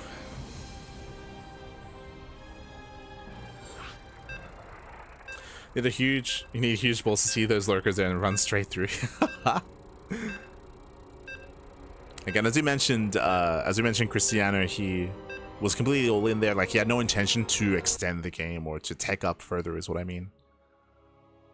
I was hoping he could end it. And he fought hard, true. Did fight hard.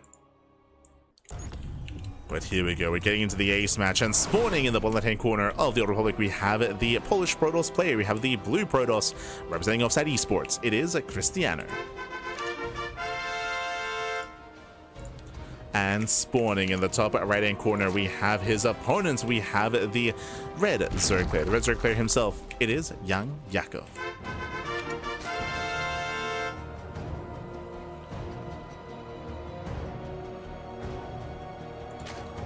Here we go. As we are setting up. And welcome to one of the larger maps in the map pool. Welcome to the Old Republic. It's a very large map, longer rushes to spike round, but as we mentioned in the past, does have a very open fourth base. Taking a fourth base can be very, very difficult in this map. I will say that Cristiano, he's very 3-base heavy. Like, very often he's going for these big 3-base pushes and all-ins. He isn't really looking to get into longer game states, so the fact that the fourth base is difficult to take may not matter to Cristiano. May not matter. As once again, we do have a standard opener here. Once again, we do see Cristiano going for the pylon block. He will delay and he will force the unnatural, and there is no hatch block across the map.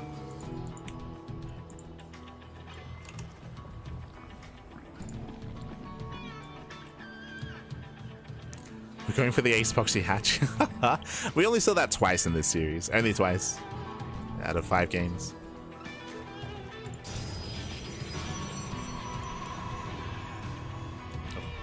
I guess technically 3 times if we count the game on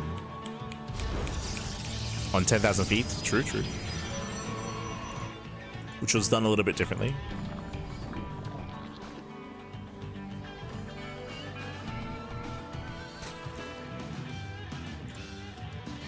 There we go. Okay, from here we're going to be settling in. Now again, because the map is a little bit larger, this is where young Yakov could try to be a little bit more diverse in his play. He could try to go for mutas again. We did see that attempted, but Cristiano, he was able to snowball out control and shut down the mutas ahead of time. It can be quite risky to go into muta play.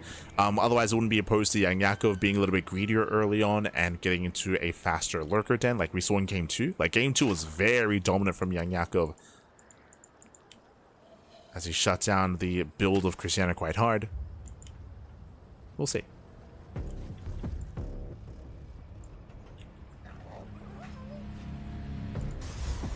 Definitely matters. These maps feel Zerg favored, wide open.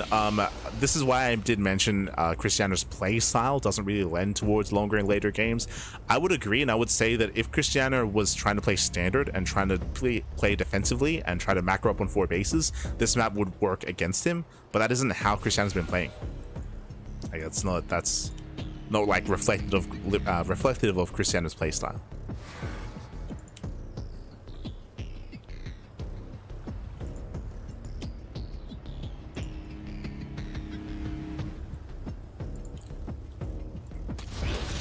Yakov, it does poke in once again as Cristiano moves out, so the pylon is under fire. Ooh, as young Yakov, he does make extra links behind this. Nicely done. Denies the warp gates. Oh, good. The warp gate is delayed. And this will slow down Cristiano. Plays Warp Gates, can take on 2 bases. Once again, though, we expect Cristiano to stay on 2 bases a little bit longer here. It's been his go-to, and we'll see if he goes for the same build again. As we do get 1 probe. 1 probe goes down. Lings a poke in towards the 3rd base. This time, Cristiano's in position. He has a wall. A setup. Cristiano, he will defend.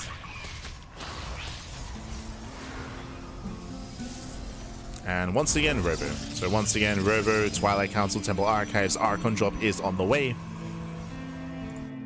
I would imagine for the most part, Yang Yakov is already expecting this, as this has been the case every game so far.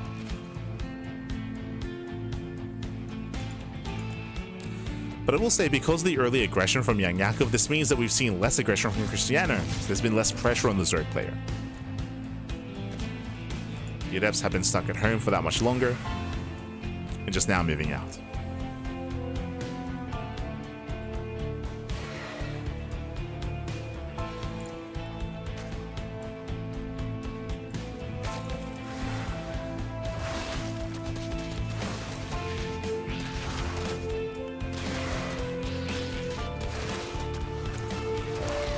Once things like collapse in, behind this Yakov still droning, saturating, building up.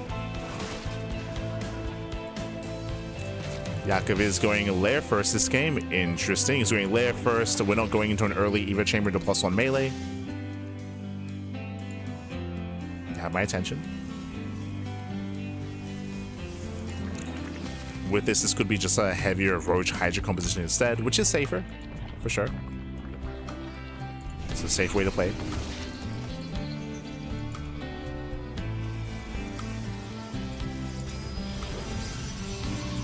As we mentioned before, Cristiano, he's very mid-game oriented, so even if this is the most economic setup or most efficient setup, I mean, playing safe, I feel like matters more against Cristiano. +1 range is on the way. We're expecting a Hydra Den.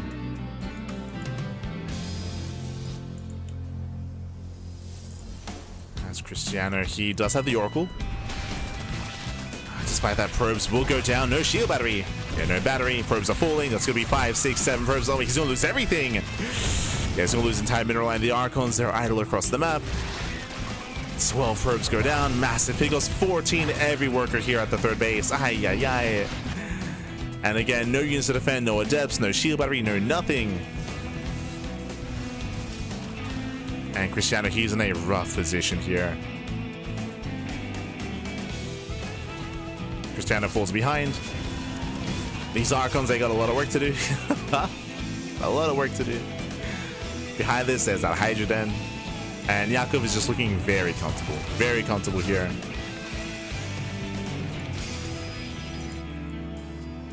Building up into Hydras. There's the Infestation bit. We're building up into Lurkers as well.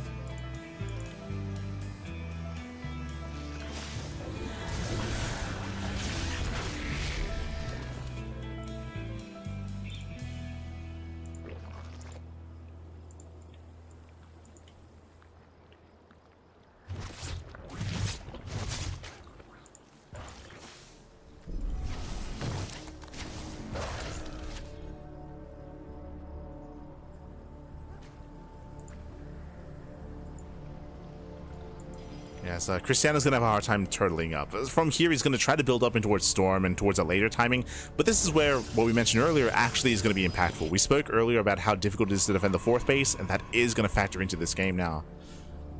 As Cristiano's going to try to turtle up, and it's going to be that much more difficult here on the Old Republic. Storm is finishing up, but hey, Roaches, they can tank. He wants High Templar, gets 1! Oh, dives in. Nice juggling here by Cristiano. Oh my god. Very nice juggling. Este Cristiano. Okay, okay. Let's go. Loses 1 High Templar.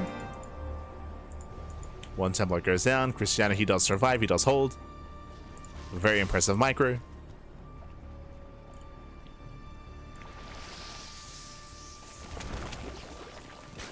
I do want Yakov to win. He's been showing some stellar SE2. Yeah, I would say that Yakov is like, what, top 4 Zerg player in Europe? Top 4? Yeah. I would currently place him above Wayne and above a Laser.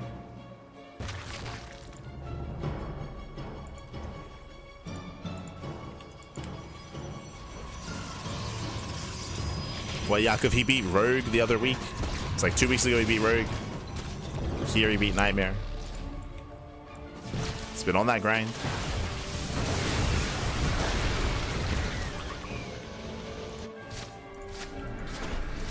Oof. Shorko is going to be sniped.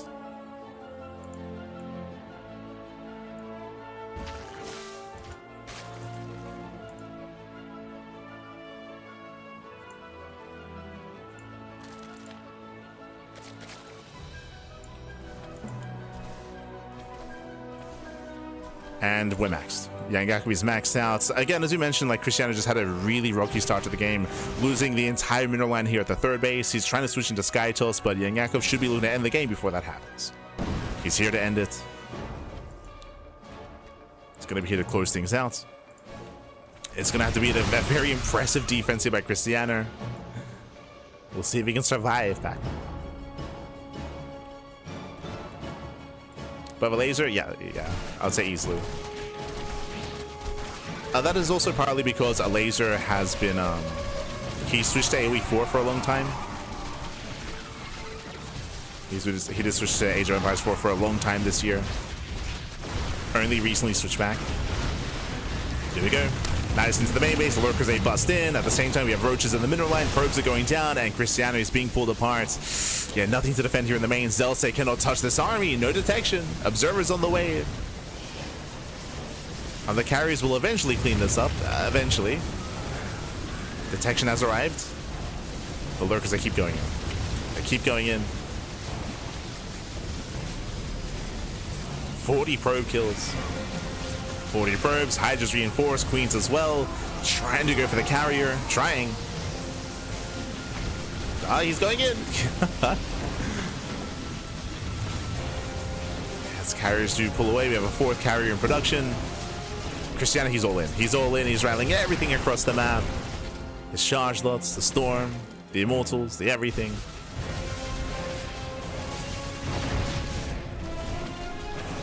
He's pushing across. There are some lurkers to defend. Observers a little bit far behind. Oh god, the lurker shots. No, the lurker shots are brutal. That's what, 5 high Templar getting picked up. Crazy shots. Losing so many Templar. The boys are being pulled. There's barely an army left. No storms remaining. Just immortals. GG. And Young Yakov, he does take the series 3-2, advancing on to the grand finals. GG. Whew. GG, well played. Congratulations and congratulations to Young Yakov as does claim the series, does advance on into the grand finals. Again, it was a very intense back and forth. Cristiano, of course, he's very fond of his build of going for the initial Archon drop, even or the delayed Archon drop, as I did mention. He's very fond of it. To stick with it, did have some mixed results. We did have a very chaotic series, back and forth, proxy hatcheries, actual aggressive builds as well, going for the hatchery on 10,000 feet as well. But overall, did go barely in favor of Young Yakov. Unfortunately, we saw that Cristiano, he had nothing in position at the third base. That one link run by killed everything. 14 probe kills. That was critical damage. If that hadn't happened, if that hadn't happened, then, I mean, probably a different outcome. The game continues. He's got a stronger economy. He's got a stronger mid game, a stronger mid to late game as well, and potentially even different outcome. But GG. GG, well played. Again, that link rumba was brutal. Not just that, but even before that, we did have a little momentum in favor of Young Yakov with the early 6 lings getting into the natural, sniping the pylon, sniping the adepts. That also weakened the defenses of Cristiano as well. It all played into each other. All did play into each other. GG, well played. And with that, we're getting into our next series. We're getting into our next series. We're getting into our next semifinals match. Here we go. It is going to be a PvP between our 2 Protoss players. Un momento. Un momento, Papi. One moment.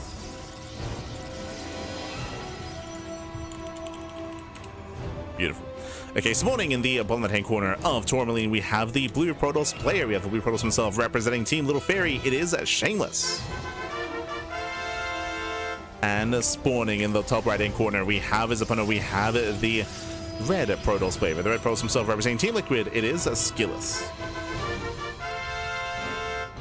And if you're in the chat, predictions are open. Place your bets on who you think will claim the series. Best of luck in the chat. In chat, I always thought that build was weak. I would push back against that hard. That build's been around for a long time, and I would say in recent times has had an uptick in resurgence. If you've been watching StarCraft recently, MaxPax, the last 2 ZVPs we saw from him, he was also playing that same style. I think that was in RSL and against Solar as well. He was also going for the same build. And Hero, he started doing this over the past 2 weeks. Again, the build has been around for a long time, and Christian has been doing it for a long time as well. But for whatever reason, in recent weeks, other players have also been starting to incorporate it as well. It's kind of like come back around in terms of popularity to like mix into a series. So again, if you've been watching StarCraft over the last 2 weeks, you've seen Hero do it, you've seen MaxPax do it as well. I will say though, the thing about it though is that I don't like the idea of relying on it, and that's the one thing that isn't common about that build, is that Cristiano did it every game, whereas players like Classic, Hero, MaxPax, they mix it in, right? They do it like once or twice in a series. I think that's important to bear in mind. Is personally, I personally don't like the idea of being heavily reliant on that more like unorthodox niche build, just because there are ways to shut it down and to punish it. Personally, I'm a little bit more fond of mixing in and kind of keeping your opponent guessing. But now we're going to be settling in. It is going to be a 2-gate opener, 2-gate opener out of SKillous. Likewise, we do have a 2-gate opener out of Shameless as well. Going to be opening up a low ground pylon, and from here we will expand. Oh, Shameless' own base is going to be delayed that much further. Pylon is now cancelled. Okay, we can settle in. What's important, I don't know if you noticed, but Shameless did actually hide his first 2 units. He did hide the Adepts, and he's got more Adepts coming. 2 Adepts into 4, into potentially 6. So hyper aggression out of SKillous. Sorry, I think I kept saying Shameless. My apologies. The other one. Hyper aggression out of SKillous. SKillous, he does have more Adepts, and we'll see if we can get into the mineral line. Remember, 2 Adepts taking 1-shot probes. Shay's in.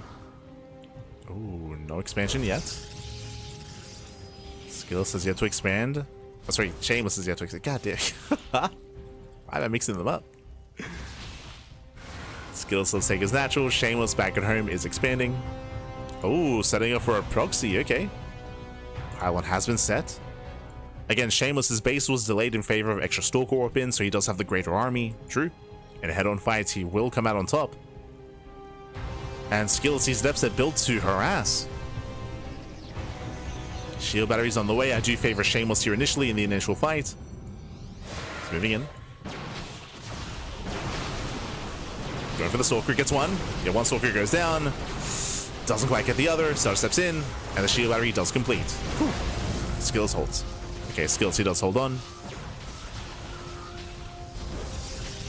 Does defend. Also, if you're in the chat, predictions are open. Place your bets on who you think will claim the series. I'll apologize for it being a little bit late, but predictions are open. Get your gamba going while you can.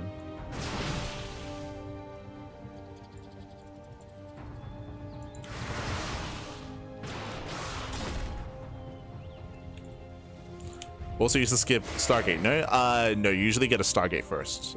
That's a way that you can hide it. I would say that usually you get it after the 3rd base though. Usually it's Stargate, Oracle into a 3rd, then you get the Twilight Council Robo, and then you work towards the Archon drop. But Cristiano, he was doing his variation on 2 bases instead of on 3. Whereas MaxPax and the Hero, they usually get a 3rd base first.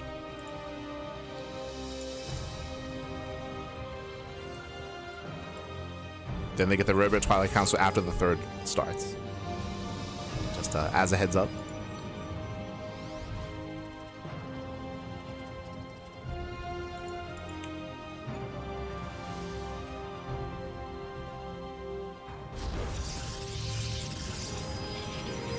As the hallucination does poke in. SKillous is going to be reinforcing, is going to be committing. He still only has 2 gateways, but the 3rd gateway is finishing up just in time for the Prism, just in time for the push. So again, so far a very aggressive PvP. Back at home, shield batteries are still only halfway done for Shameless. He's not ready. He's not ready, Pat.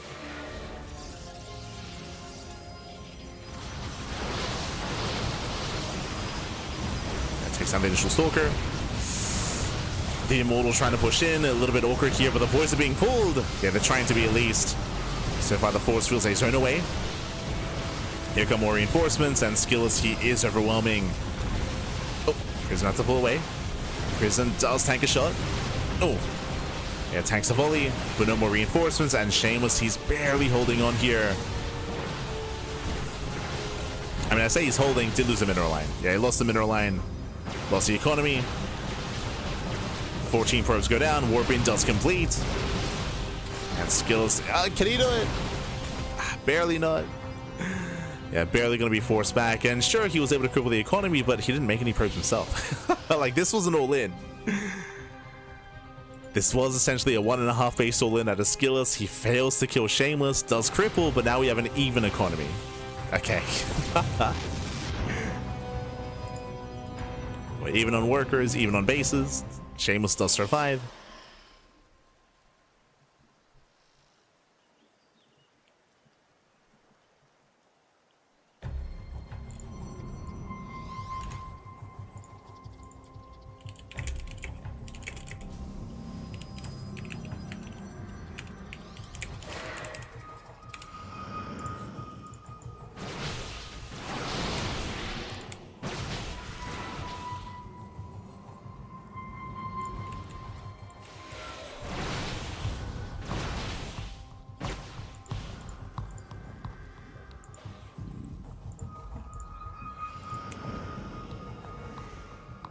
From here, SKillous, he is holding on back at home. Of course, Shameless has Blink. That's the one advantage he has. He has Blink over his opponent. SKillous does sneak out. Shameless checking for a third base. Taking his own. SKillous slowly getting ahead economically. SKillous, he's here to stop that. Let's threaten that shade. Oh, gets into the natural. So far getting 1, 2, 3 probe kills. Decent damage at the same time. Shameless, oh, denied into the main. Shameless is denied.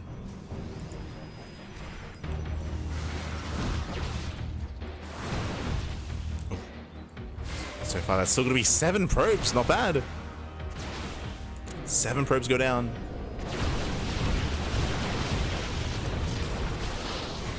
SKillous crippling the economy, and are we just gonna commit? Are we just gonna set? We are. There's no Warp Prism with this, bear that in mind. But SKillous, he's rallying across with 3 immortals. Oh. There we go, there's the Warp Prism. Third base gets thrown down, SKillous backs off.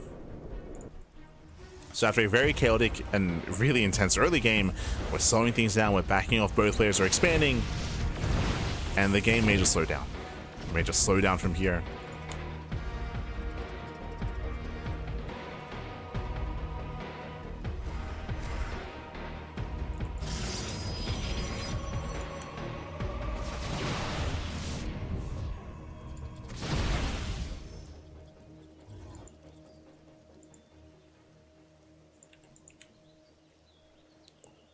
Shameless does rotate.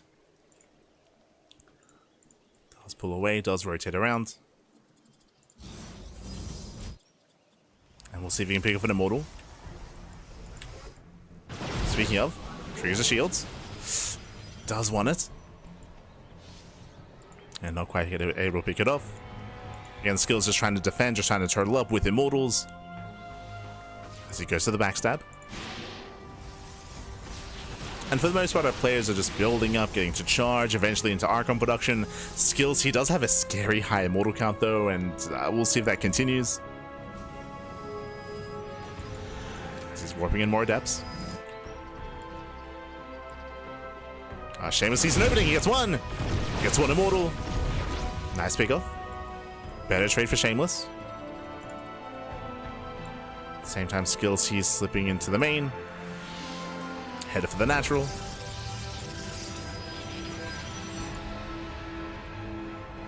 Okay, shades in and probes are gonna fall. Shameless is out of position, he's racing back home.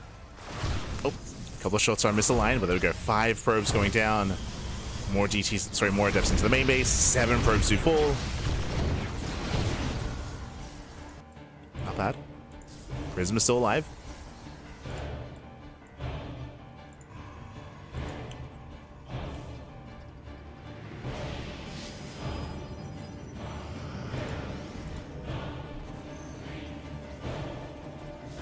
Thinking of DT drop, yeah, that's the more like traditional opener.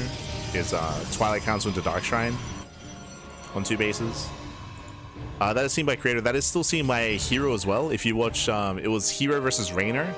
Hero versus Rainer. I think it was Hero versus Rainer. Lily Cup from like last month.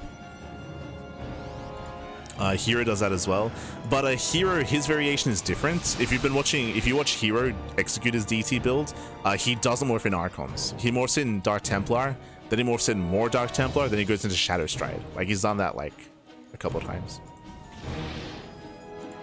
And he intentionally doesn't morph in Archons, and he abuses the position like in between the third and natural and main.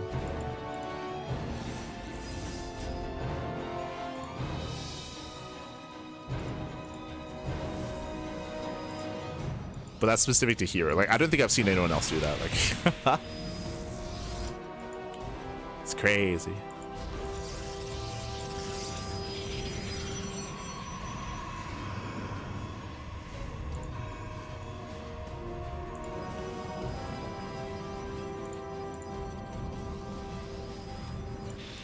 As I was slowing down, we're slowing things down. When it comes to how our main armies are constructed, at this point, Shameless has built up his own immortal count. So we have 4 immortals apiece. We see Skillous with a slightly higher Archon count.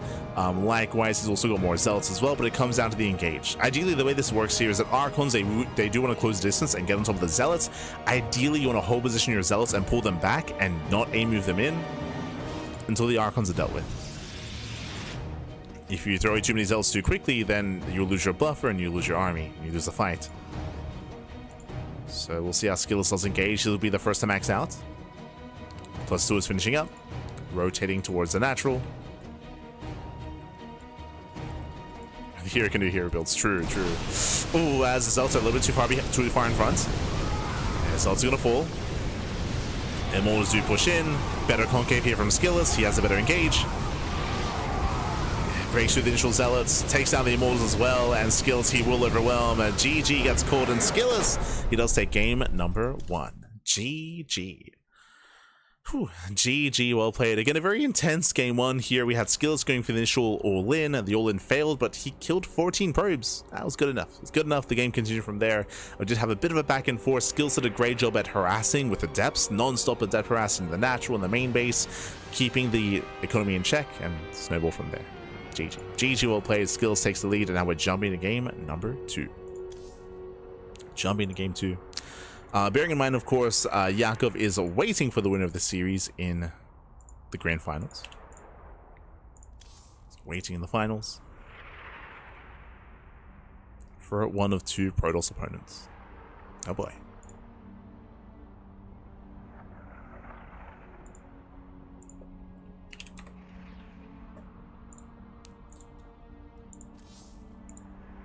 We're locking in. We're locking in. Likewise, I actually didn't even get to speak about it, but if you enjoyed the tournament, if you enjoyed the broadcast, Sparkling Tuna Cup is a weekly tournament. Every single week we do host this event, and currently, at least for the remainder of 2025, these events lead into a monthly finals. Players, they accumulate points during the weekly cups to be able to qualify and be invited into the monthly event, and this is that event here. We have the top 8 players of November, of course. We had Nightmare, Yakov, Christianer, Classic, ByuN, Shameless, Skillous, Percival. In the first round, we had a crazy turn of events, and all the Korean players were knocked out early in the tournament, and now we have a non-stop EU Tuna Cup instead in our November finals. Let's go, Bible, let's go. If you want to support the tournament, you can do so via Patreon. !Patreon in the chat. The Patreon does fund this event every single week, every single month. It is funded via Patreon, and based on the amount of funds we have via Patreon, we can grow the event even further. We have a bunch of stretch goals, a bunch of milestones ahead of us to grow the event, to boost the prize pool even further, and to unlock monthly finals for the year of 2026. The only reason why we have monthly finals for the remainder of this year is because of a very generous donation in the chat.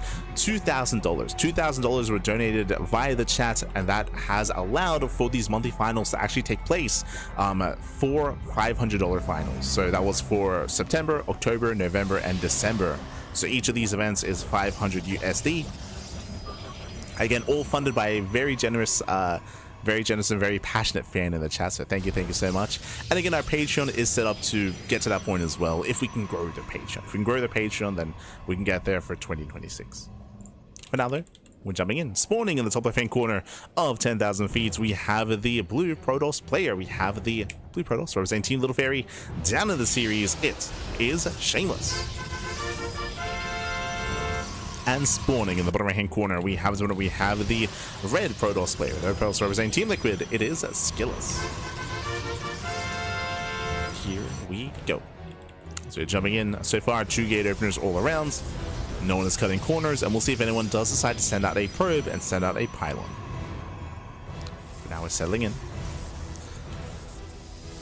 Bearing in mind we're building up towards the finals, of course. That'll be another best of 5. We do see Skillous hiding a pylon, but is found immediately. So cheeky move out of Skillous. The goal of that pylon was to keep it hidden, to try to mind game Shameless, but no mind game. Shameless sees everything. And back at home, Shameless also throws down his own pylon in the main. So standard setup, no proxies, no shenanigans. No shenanigans.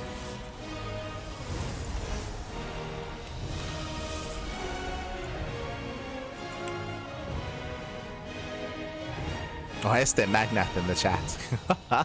Ah.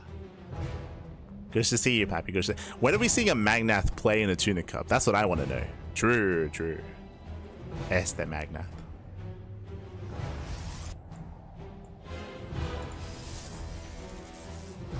So now, do have the Robo follow-up. So we have our tech of choice going for a Robo. Meanwhile, Shameless going for the faster expansion. So more of an economic start out of one player, and then more of a tech-heavy and aggressive start out of the other. So Skills going Robo. With this, we can throw down the third gateway. We have one base all in. One base all in out of Skillous. Going for the third gateway. He's going to commit. He's going to double down. Meanwhile, Shameless, he will attempt to scout. Oh, one more volley. Oh my god, the hallucination barely survives. One shot away from going down. When you see Skills come in with the interception, he wants to stop the scouts. Oh no! Shameless. Hallucination rallies in, and the hallucination, oh my god, is going to be denied. Yeah, it is denied. He sees nothing. Now, I say he sees nothing. I believe he got within range of the natural location, so he knows no base, no expansion. Throws down the Robo immediately. Shield battery in the main base, Robo in the main as well. The shield battery is meant to defend against a proxy Stargate, the Robo to ideally defend against the all-in. He needs his own immortals. Pylon is finishing up, and here comes Skillous. Thankfully, Shameless was playing it safe. He's playing it safe. He does have his own shield battery. Forced to cancel his other.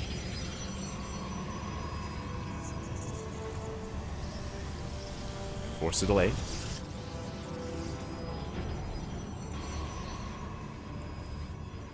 Skills, he has more warp-ins. Started stepping in. Ooh, gets one more Stalker. And Stalker goes down. Nice force field, so he locks down Skillous. And he gets 3. 3 Stalkers go down. Better trades for Shameless. The Prism was too late. And has Skillous lost too much momentum? Has he lost too much? Takes down the battery. Boys are being pulled. Again, Skillous does have double the Stalker counts. Oh, barely cannot pick them up. Who gets one? It's 3 left. Yeah, 3 Stalkers remaining, but the Immortal has arrived. And Shameless, he's holding back. He's holding on. He's got the Immortal. I spoke too soon.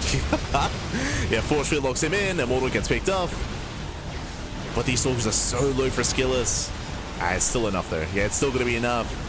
Very clutch control. GG gets called. You can see how low those Stalkers are. They barely survive. GG, and Skillous takes a 2-0 lead.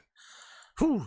GG. Again, very clutch micro, very clutch control towards the end by Skillous, barely keeping his Stalkers alive, being as efficient as possible. And with that, he does break Shameless. Shameless, he was trying to defend against everything. That's the downside here. He was getting a shield battery in the main base. He did get a safety shield battery with the natural. He was eventually getting to his own immortal production, but a little bit too little too late. And in the end, he barely didn't have enough. Now getting into game 3. Potentially the final game of the series. I do hope not. I do hope we get more of a back and forth here, but let's go. Let us go. So we're getting into game 3. Is there a delay in this broadcast? Exclamation mark, delay in the chat. We have commands for everything, Pat. We have commands.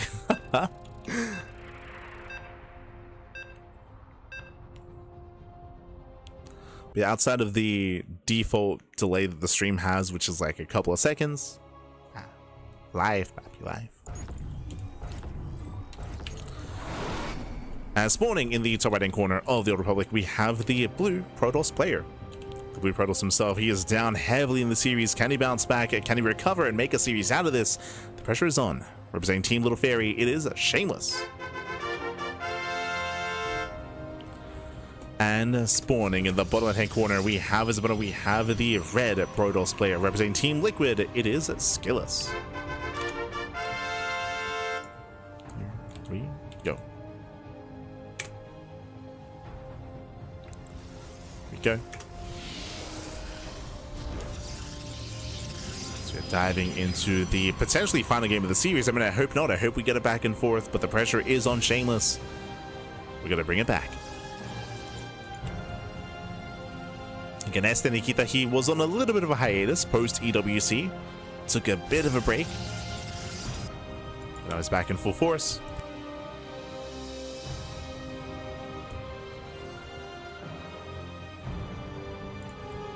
Skills looking good.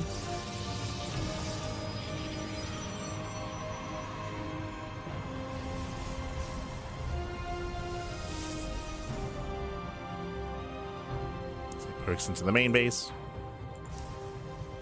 Shameless does veer off towards the right hand side. Hello, setting up for a proxy location. Now, based on this location here, it's either going to be a fake out or, I mean, this wouldn't be a bad location for a Stargate, I suppose. Do we go Robo? It's pretty far out. It's pretty far out here, but I mean, we could see a Robo as well. Show us what you got. Now, what's important is that because of the probe scout skills, he's aware that a pylon is missing. He knows something is wrong, something is amiss, but the pylon could be anywhere. Welcome to the Old Republic. It is a very large map. As a result, a lot of proxy locations.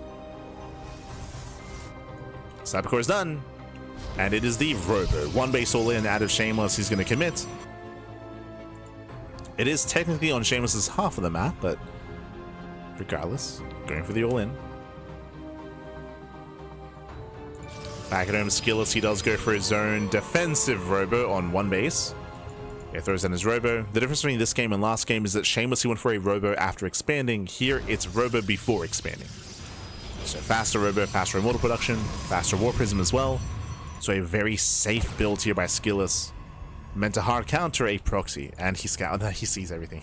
SKillous, he scouts, he gets eyes on the Robo, he sees all, he knows all. Ay, ay, ay. He spots a Robo.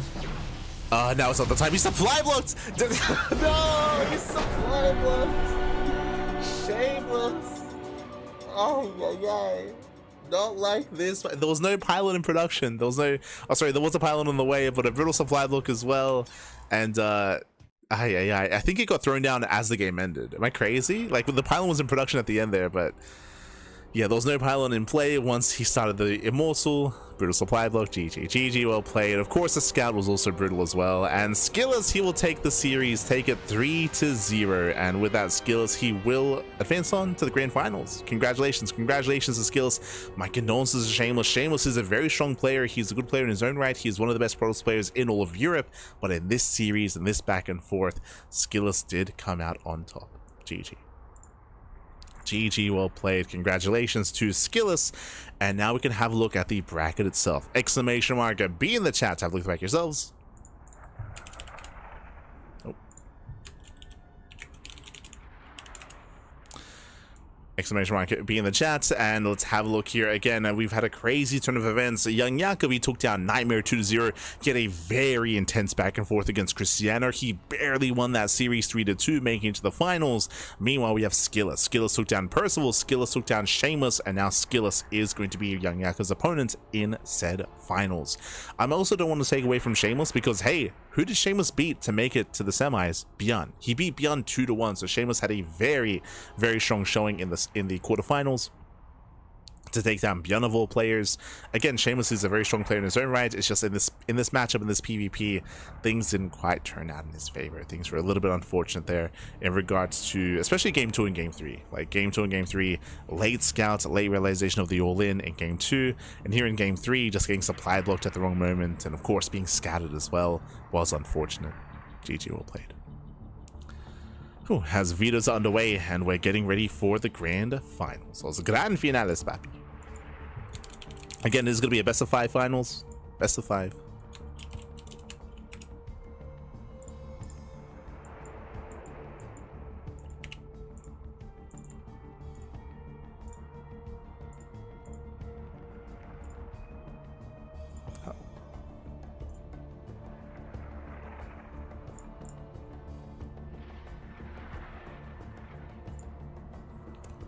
We are getting things ready.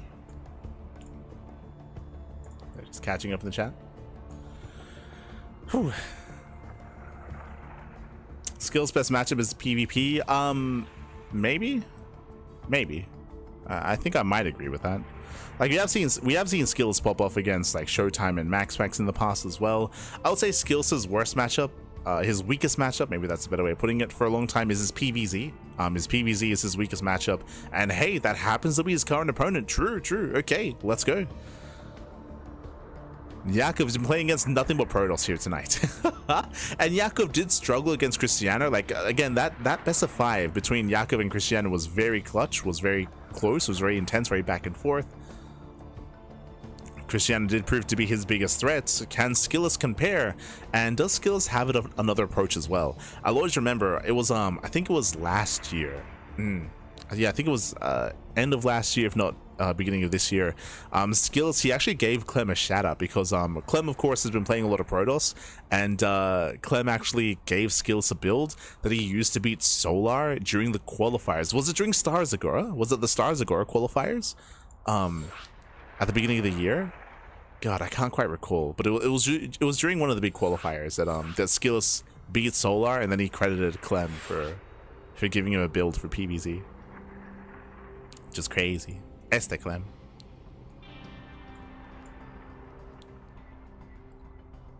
So it has been a matchup that Skillous has been working on, and as I mentioned, like I still do think that it is his current weakest matchup. But despite that, he's still, I mean, a strong player in his own right. And we'll see how he differs in his approach compared to young Yakov.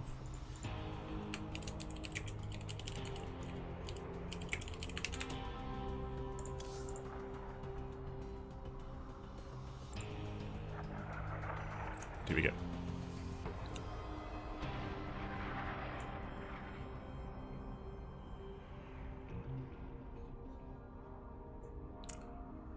It's one of those goddamn, man. It was brutal. Ah, was brutal, baby.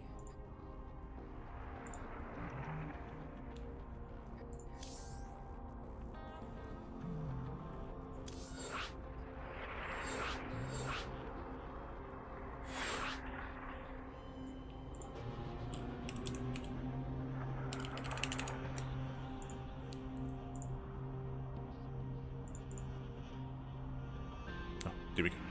Here we go. Game 1 is going to be on Winter Madness. Winter Madness here. Whew. And also very quickly, right, as we get ready for the grand finals, once again, if you're maybe just now tuning in, this event is, of course, funded by the people for the people. So thank you so much, all of our supporters on Patreon. You can actually see the goal under the bracket, just down there. You can see the goal under Skillous' name.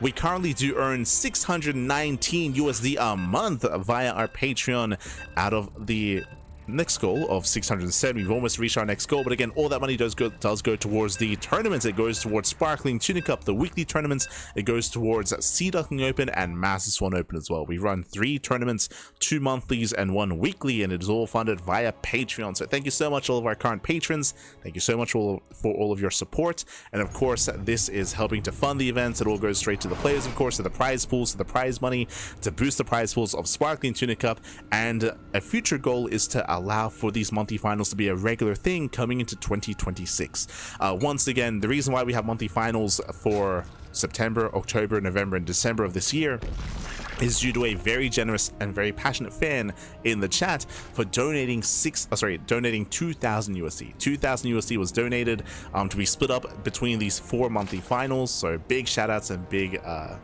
shout out to the generous anonymous donator for that support.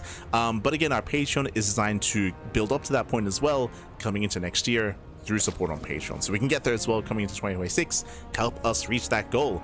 Otherwise, we're jumping into our grand finals, best of 5, spawning in the bottom right hand corner of Winter Madness. We have the red Zerg player, the red Zerg player himself. It is young Yakov.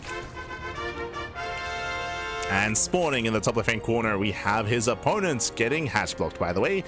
It is the blue Protoss representing Team Liquid. It is SKillous. Here we go. As here comes, oh, here comes the attempted hatch block, but the probe is in position and so far will deny the hatchery. There we go. Now it's going to be placed down a little bit delayed, a little bit more off to the side instead. And SKillous, he opts not to pull the boys, of course, is going to be setting up here back at home, and we'll see how much damage SKillous can get done in the counterattack. We spoke about this quite heavily here during the Cristiano series, but this is designed to delay, but at the same time, it forces a reaction. It forces out 2 gateways and a cybercore. It forces out 2 zealots and 2 adepts, and we'll see what SKillous can achieve across the map, as he already forced the unnatural natural. Okay, already did force the expansion to be off towards the right hand side, so we have a bit of a back and forth here, and we'll see if young Yakov can stabilize and get further ahead coming into the early game, as this hatchery is going to be cancelled. And the pressure is going to be on SKillous. And also very quickly here, if you're in the chat, it is Gamba time. Predictions are open. Predictions are open. Place your bets on who you think will claim the series. Best of luck in the chat as we get into our PVZ. Let's go. So in chat, wait, ByuN was knocked out in the first round. Yes, Shameless was shameless, man. He was ooh, was the hatchery finishes? Okay, we'll allow the hatchery to finish this time. That means that this is a big commitment. A much bigger commitment here, and this is going to be a big investment from young Yakov. You can see he wants to expand, he wants to drone up, but alas, the probe is in position, will deny the hatchery. Does deny. One link does slip in, Queen is on the way, the hatchery taking a lot of hits and will eventually go down. Eventually. Zerglings does fall. Takes down the larva. Oh, it was only 1 zealot. Ah, I see. Only 1 zealot. Down goes the hatchery. Broodlings, they shouldn't kill the adept. We're trying to spread creep. Trying to spread the tumor. The tumor is denied. The queen is going to go down, and eventually SKillous can soon counterattack. Just has to clean up all the links. Clean up. Ooh, we'll shut this down. Did opt to do that with the low HP adept, but thankfully Lings did not turn around to fight. It was a little bit risky. And here comes the move out. So what do we have to work with? 5 adepts. Jesus, 5 adepts, 1 zealot, and an oracle to support. And back at home, the hatchery just began. Remember, this is a late third base. There's a high chance this gets cancelled. Adepts are going for the hatchery. Do we go for the mineral line? Oh, tempted. Link speed is done. We're not making our way into the mineral line. Yeah, a bit of miscontrol. Bit of miscontrol here from SKillous, but does pull away in time. Ideally, he's able to make use of the terrain. You have to avoid the surround. There we go. Gets in position. And Yakov, he's trying to catch reinforcements. Alas, unable to. Hatchery taking a lot of hits. We're saving the energy on the Oracle. And this will be cancelled. Yeah, will be cancelled. Will be denied. Shades into the main base. Yakov is in danger. We get behind the mineral line. Lings, they cannot get us around. And drones are going to fall. Yeah, drones are going to fall. Stasis trap here as well. Lings, they try to collapse in. Stasis goes off, catching 3 Lings. And making more terrain, reducing surface area. Does focus fire. 4 more drones. Yeah, 4 more drones go down. The Oracle trades well against the Lings. Another Oracle arrives, keeps the Adept alive. And you can see Yakov wants to expand. He still wants to, man. Oh no! Oh my god. Does get the hatchery. I spoke too soon. We may force a cancel. Queen's coming in. And should save it. Should save it. Finally. Young Yakov can expand. Meanwhile, behind this, we're not done. We're warping in extra depths. More depths are morphing in. Ideally, Yakov wants to drone. His economy has been crippled, and Yakov, he's trying to drone up, trying to saturate. As a result, Yakov, he barely has any army. He has 4 lings. He has 4 lings to defend, and here comes the next wave of vanilla depths. And this could end the game. This could straight up end the game. As there's plenty of Oracle supports. Yakov, he is struggling. Where are we shading? Oh, a bit of miscontrol? Yeah, a bit of miscontrol. We were meant to shade into the mineral line. Now we're moving in. It's going to be 3 oracles to support. Sorry, did I say 3? It meant to be 4. Jesus. 4, so to be 5 oracles. He's just going mass oracle at this point. Queens are off for creep, so they cannot transfuse. I mean, they have no NG anyway, I should say. So no transfuse available. There's 4 queens. The oracles may choose to dive. We're gathering more NG though. Okay, there's 1 transfuse. There's 1. There's now 2. So 2 transfuse. Transfuse the hatchery actually. Okay. And the queen. The lings, they attempt to collapse in. They clean up most of the depths, so we have more depths coming. SKillous, he's just staying on 2 bases. SKillous, he just commits. Yeah, very late third. Now, did SKillous overcommit? That's the real question. Is this too much?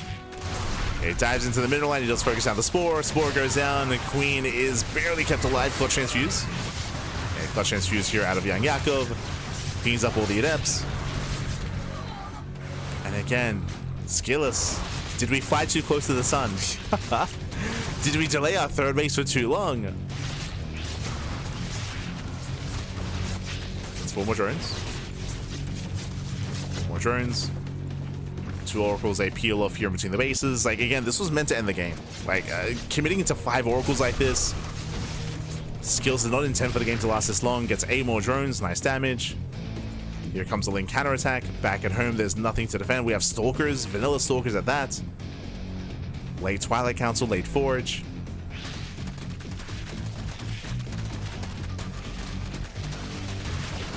Did he dig too deep? That's what I was looking for.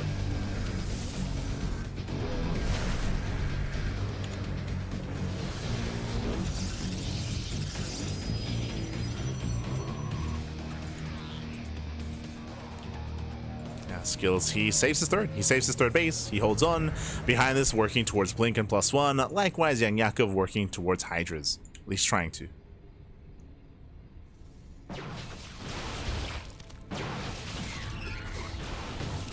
Oh no! As things, they flood into the main. Yeah, Wolof was too late. This will buy some time. As things, they get into the main base. They don't get much done. They get a scout at least. True, true. Gets a scout in the main. Keeps SKillous busy. The blink is almost complete, and we have plenty of air support. Again, there's 5 oracles back. The game is getting messy. We're getting messy. SKillous moves out. So does Young Yakov. Moves out with a Ling run by. Keeps the Hydras back at home. He's building up his Ling Hydra. Ling is finishing up in a couple of seconds. Going for the 4th base. Oh, baits out the first aces, not bad. Baits out 1. But the queens are exposed. Yeah, gets 1, gets 2 queens. Nice pickoffs.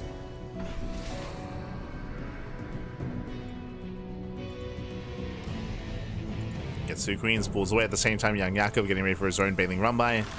Gets scouted. And nice target firing. Nice body blocking as well. SKillous. Nikita, calm down.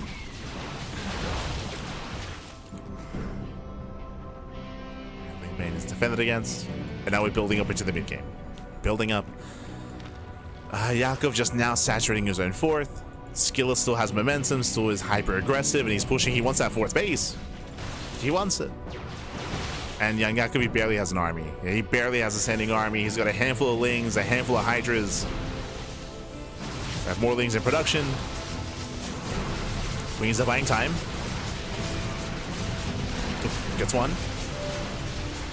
Picks off one of the queens, gets a second queen as well. At the same time, Lings, they do get into the mineral line, but there's a defensive warp in. Yeah, probes are going down. Gets 8. We have to pull the boys. It has to pull the boys behind this. And Yakov, again, doesn't feel like he has enough here. He needs more Zerglings. He needs more Lings back. He doesn't have them. He'll lose every single queen. The queens go down. The boys are being pulled once again. Yakov, he's getting desperate. He's trying to hold on. Losing his entire mineral line. Yeah, the oracles they commit, they're going to be thrown away. Jesus, the oracles, they go down so fast. But hey, they tanked. I feel like that was a waste. Ideally, you want to keep the oracles alive for the Zergling reinforcements, but it's fine. Yeah, SKillous, he's just rallying. He's just rallying across. Not the cleanest fight, but it's good enough. It's okay. Yeah, getting on top of the Hydras. More Zealots are rallying in. And SKillous, he has broken young Yakov. Dives on the final Hydras. We've got, what, 2 Hydras left? GG gets called, and SKillous takes game number 1. Whew, GG. GG, well played. A very chaotic game number 1 here. Yakov, he committed into the proxy hatchery and let it finish, which was a crazy move. It was a bigger investment, and it was shut down quite nicely. SKillous, he then went for the counterattack. He forced a cancel on the 3rd base. A big reason for this was the pylon, the probe. The probe did an amazing job at delaying the expansion, at keeping young Yakov on 2 bases. He just could not expand, and by the time he did, it was too late. It was too little too late. The expansion was cancelled, was denied, and SKillous, he committed time and time again into like 3 or 4 different warp-ins of Adepts. Now, you could argue that SKillous over-committed. I think I would agree with that. I do think that SKillous did overcommit. He warped in a lot of Adepts, and more Adepts, and more Adepts, more Oracles as well. He delayed his 3rd base quite heavily to do so, so it was a very, very shaky kind of game state. But in the end, he stabilized. In the end, he stabilized, got his 3rd base up, and was able to deal even more damage with the Adepts, right? The Adepts, they did an amazing job harassing, shading into the main, shading into the natural. Did well enough when it came to economic damage. GG. GG, well played. Whew. And now we're getting into game number 2. Let's go.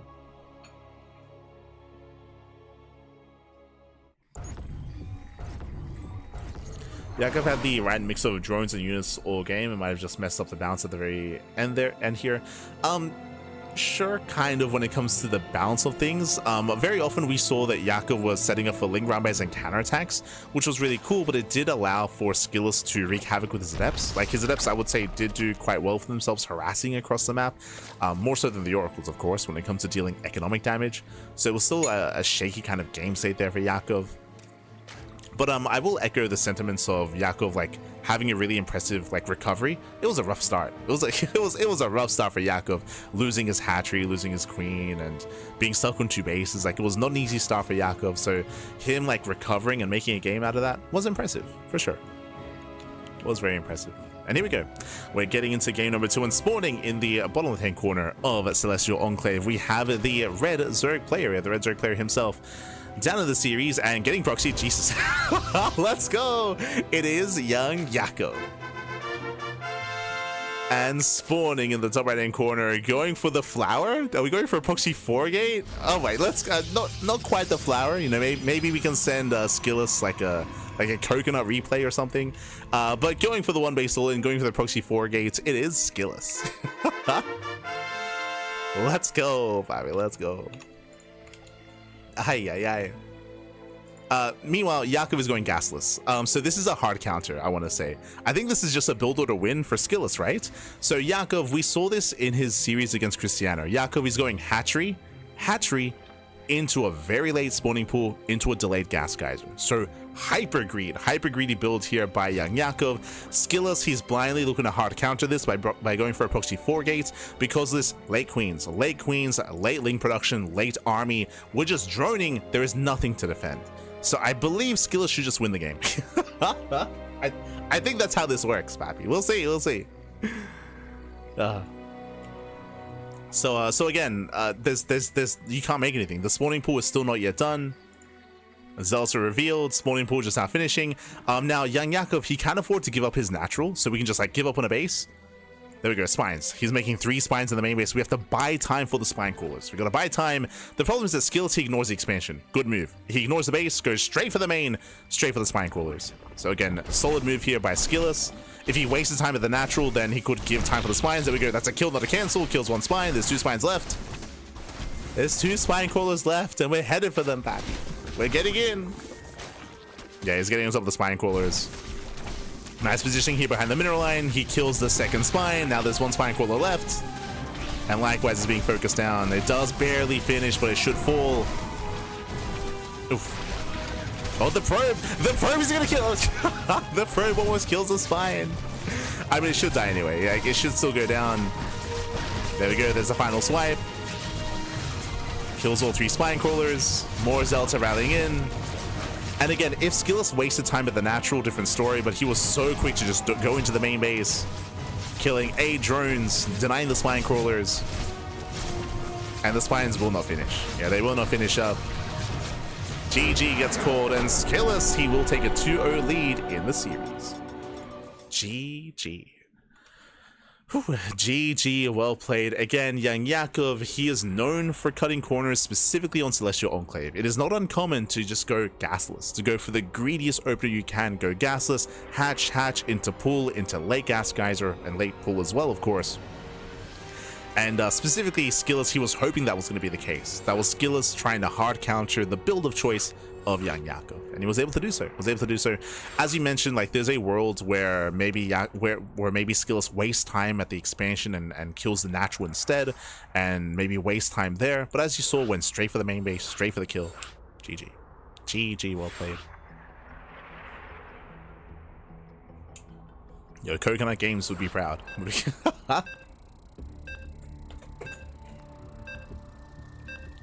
we go. Here we go.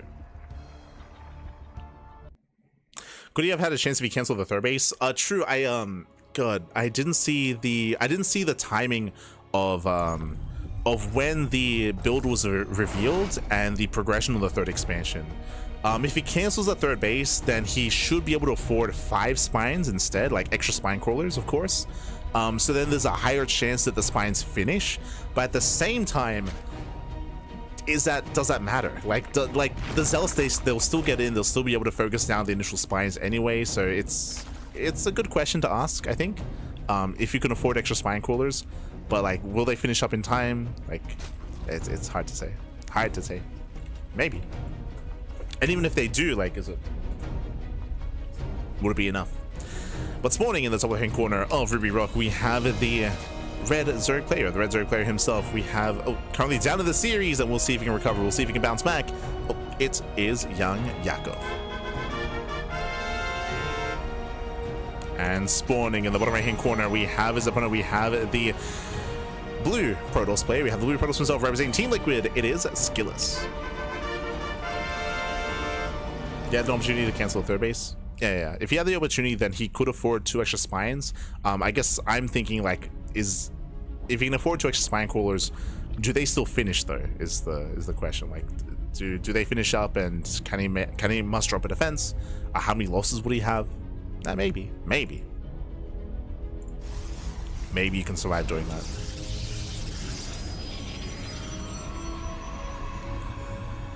Whew.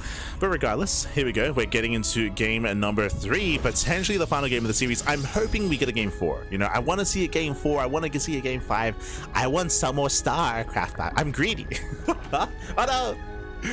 As the probe does survive, we'll deny some mining time here, as Young Yakov did pull to kill it. Did fail to do so.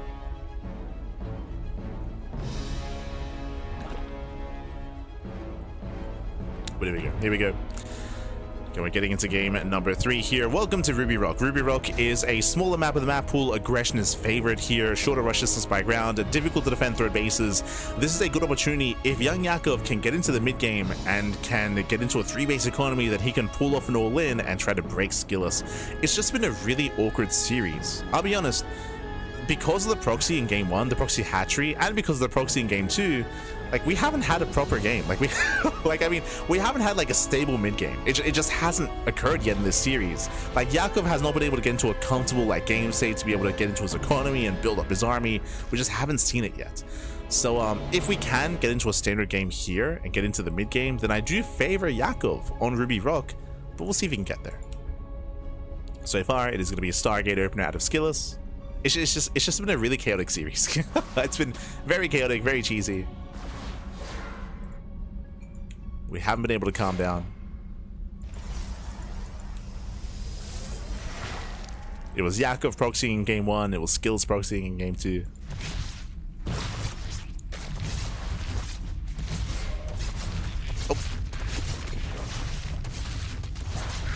So that does get a single drone in the main. Just the one. And from here we can drone, we can saturate. And we'll see where young Yakov takes us. As we were alluding to, because the third base is so open, because the entrance into the third is so open, likewise I can say the same about the fourth base. We do see a lot of 3-base play in this matchup on this map. Very often Zerg players get a 4th base just for lava, they cut workers early and they commit. And that's kind of what we're expecting here out of young Yakov, but we'll see. See if he does commit. Adepts, they do shake behind the mineral line. They get 1, they get 2, they get 3.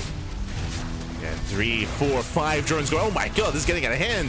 But the Oracle barely gets away. 6 drones do get picked off. Nice damage here by SKillous as the Oracle survives. The Oracle does survive. Behind this, Yakov is joining up as hard as he can to replenish, to replace.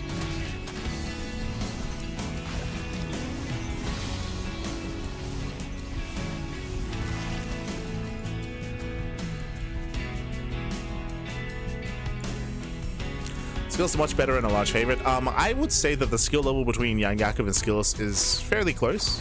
I would not necessarily say a large favorite. I would say that Yakov hasn't really had the opportunity to show off this series because it's been so chaotic. But you could also place some of that blame on Yakov as well for what happened in game 1, for sure. Oh, we have our Twilight Council follow-up. It looks like we have a later Forge. Okay. So delayed Forge out of SKillous. He's throwing down extra gateways. Are we going into Blink or are we going into Glaives? With 2 more gates, I believe it's going to be Blink. Meanwhile, with the Oracles, they pop off and they do get 3, 4, 5 more drones. Ooh, we'll lose 1 Oracle. But does get 5 workers. So again, does get damage done. Blink is on the way. The lack of Forge here may be indicative of a 3-base all-in. Yep. Extra gateways. So there's 4 gates in production. I believe there's 2 already done, 6 in total. We're expecting a 7th gateway. Yep, 7th gateway's on the way. 3-base all in. We're not getting into the mid game. It's not going to happen. Probe moves out. Why is the probe moving out? Proxy. SKillous is going to set up a proxy 8th gateway, so it's going to be a 3-base 8-gate all in. No gases at the 3rd base. Pure mass blink stalker. Adepts a shade in already. 5 drones go down, crippling the economy, and this is setting up for the all in. It's setting up for the 1-2 punch. Oh my god, this is too much. This is getting out of hand. This is far too much. 13 drones go down. Young Yakov is being pulled apart. That 13 drone kills. 14 even. And the problem here, the biggest issue, is that because we're losing so many workers, Yakov has to replace all those workers, which means he barely has a standing army. When the all-in comes, it's going to hit so hard. Now it does scout the proxy. Now Yakov is aware. He's aware of the all-in. 1 pylon goes down, and he will barely get the 2nd. It's going to cost him all the lings. It's going to cost him those Zerglings. Backup pylons on the way. And the all-in is coming. The all-in is coming. Yakov, he has Ling Hydra to defend, but again, he barely has any Zerglings or any Hydras either. Because it's been redroning. It's been redroning. Oh, gets a Hydra. Gets 1 so far.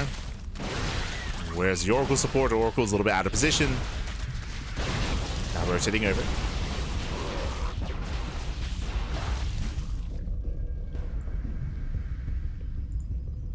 SKillous is moving in. Gets another Hydra. Once again, he can just reinforce. The gateway's back up and running. And SKillous, he should be able to break Hydra. young Yakov here. Yo, we have glaives behind this? Wait, what? Usually it's charge to go for zealot reinforcements, but sure, okay. It's gonna be fancy. Adepts are on the way instead. Pylon goes down, but the Warpin still finishes. And Hydras are exposed. Yeah, the Hydras are getting exposed. The Oracles, they're tempted to move in. Yeah, and it's going to be a fast series here. The Oracles are being focused down. Adepts a shade into the army. We dive on the Hydras. There's what, 5 Hydras left after Kai back. Lings are falling. And SKillous, he cannot be stopped. It's just been too much damage in lead up to this. GG gets called. SKillous, he'll snowball out of control. He will take the series 3-0, becoming this month's Sparkling Tuna Cup November champion. GG. Whew, GG, well played, congratulations here. SKillous, he was wreaking havoc with the Adept harass, with the Orc harass. He crippled the economy early, and that left young Yakov vulnerable to the 3-base all-in. You know, these 3-base all-ins, they work best if you're able to slow down your opponent, cripple them early on, knock them down to the ground, and then finish them off with the all-in. We see this from Protoss players, Terran players, and Zerg players alike. Is going for the all-in once you know you have the advantage, once you know you can go for the kill. So GG, well played. SKillous, a very aggressive series here. We never got to the mid game. Like, we never got to build up into a proper 3-base economy, into 4 bases, just a hyper aggressive finals here. We got a lot more mid game and mid to late game in the semis and quarterfinals, to be fair. Quickly heading on over here to the bracket itself. Oh, let me just quickly update that. But again, our players, they had a very impressive run to get this far. Yakov, he took down a Nightmare 2-0. He took down Cristiano 3-2 as well before facing off in the finals. SKillous did have a cleaner, more aggressive series in the finals, I will say that, but by no means did young Yakov perform poorly here. To make it to the finals was a very impressive feat. He made it over other players like Classic, like ByuN, like Percival, like Nightmare. We had some big Korean names here. Oh, we had some big Korean names in the tournament, and they all got knocked out early. Like, we had a crazy EU edition of the Tuna Cup this month, where we had like a split 50-50 kind of like quarterfinals, but all the Koreans got knocked out early. It was crazy. Oh my god. EU rose up today, papi. Oh my god. So yeah, GG, well played, congratulations here to SKillous, to Nikita, as it does advance on. He will be our champion. SKillous, he had the most trouble against Percival earlier in the quarterfinals, did drop a map to Percival, but he 3-0'd Shameless, he 3-0'd young Yakov as well. Very impressive play here. GG. GG. Este SKillous. Ay, ay, ay.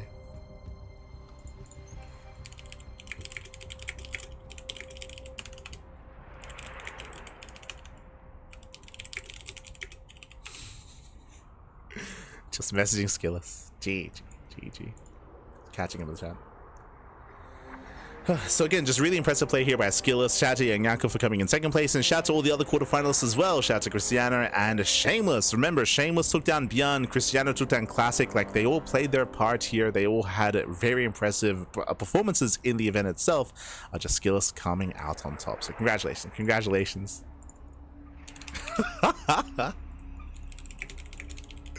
I was like, oh, well played, papi. Short finals and SKillous. He's like, oh, I'm sorry. He's like, I'm sorry for the short finals, papi. No, it's okay, papi. It's okay. Este SKillous. It's fine. It's fine. But again, if you enjoyed the events here, this is a tournament that we run on a weekly basis. Every single week we have the Sparkling Tuna Cup. It is an open cup. It is an open tournament. Think of the War DCB Monday, or think of Pigaster Cup, or think of Monday Night Weeklies. Sparkling Tuna Cup is the equivalent to that, but it has something extra on top here. Unlike those other weekly open cups, this event actually leads into a monthly finals. We do have a monthly finals for our tournaments, so based on players' performances in the open cups, they earn points to be invited into the end of month finals. So this was our top 8. This was our top 8 players for our open cups. And in the end, SKillous of all players comes out on top, so congratulations. And again, this is all funded via Patreon, so ! Patreon in the chat if you want to support us, if you want to grow this tournament, and if you want to support these players, you can do so via Patreon. As again, we do have our goals set up there, our next stretch goals, I should say, to boost the prize pool even further, to grow the event for our open cups, and to eventually be able to run these monthlies on a regular basis coming into 2026. We still have one more monthly in the chamber for December. We still have one more monthly for December. For the end of 2025. Again, that is thankfully, due to a very passionate fan in the chat, for donating and for contributing, of course, to allow for these monthlies to be possible. So we have one more for December. Una más, papi, una más for December. I still don't know if we're going to have a Duckling showdown. For those who don't know, every year at the end of the year, we would have like these show matches, these fun show matches that kind of like bring together and tie up any storylines that we had during the year. So we might do that, we might not. Well, we'll have to think of something. Like sometimes we have like team league matches or like a single elimination bracket or some fun show matches like LATAM versus EU or something like that. Like we've had some fun show matches in the past, like Mia Micah versus Cham, like LATAM versus C, true. Jim versus Ender. I think did we have like Cristiano versus ByuN last year? I can't quite recall, but yeah, we'll think of something. We'll think of something for the end of the year. Otherwise, thanks for watching. Thanks so much for the support. If you want to tune into more of the CranKy Ducklings, bam, you can do so by following us on the socials. This is our weekly schedule.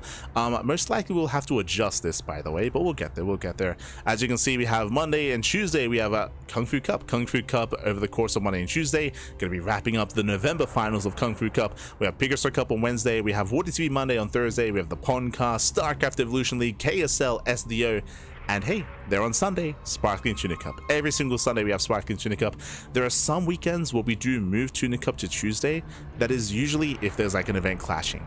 If there's like RSL, like if there's like an RSL offline finals, or if there's Home Story Cup, or if there's Cheesedelphia, if there's like a big event, Esports World Cup, or like DreamHack, if there's like a big weekend event happening, then we usually postpone and move our weeklies to a weekday instead of a weekend. That's the only case though. Otherwise, Sunday. Otherwise, Sunday is the day for Tuna Cup. There you go. Otherwise, thanks for watching. Thanks for tuning in. We do appreciate it. It's an open cup. Hope you don't spill any water then. Oh no. You're an animal. But yeah, you can follow us on all the socials, !socials in the chat. We do stream on a regular basis here every single day, as you can see here, sometimes multiple times a day as well. You can follow us on Twitter, Facebook, YouTube, Instagram, and Discord. All things CranKy Ducklings. We do upload on YouTube on a daily basis, so check us out on YouTube. If you see something that you like here, if you're like, oh, I didn't watch the Kung Fu Cup November finals, or I didn't see the Open Cups, the Tuna Open Cups that led into this event, or the Warty TV tournaments, or StarCraft Evolution, or KSL, or the Podcast for the week, which is our weekly talk show. If you miss it live, check it out on YouTube. Check out the VODs. Papi. Otherwise, thanks for watching. Thanks for tuning in, and we're going to be wrapping up for the time being. We'll see you guys tomorrow for some Kung Fu Cup action. We'll see you tomorrow in less than 24 hours. Otherwise, thank you so much. And we'll see you next time. Ciao, papi, ciao. We'll see you next time.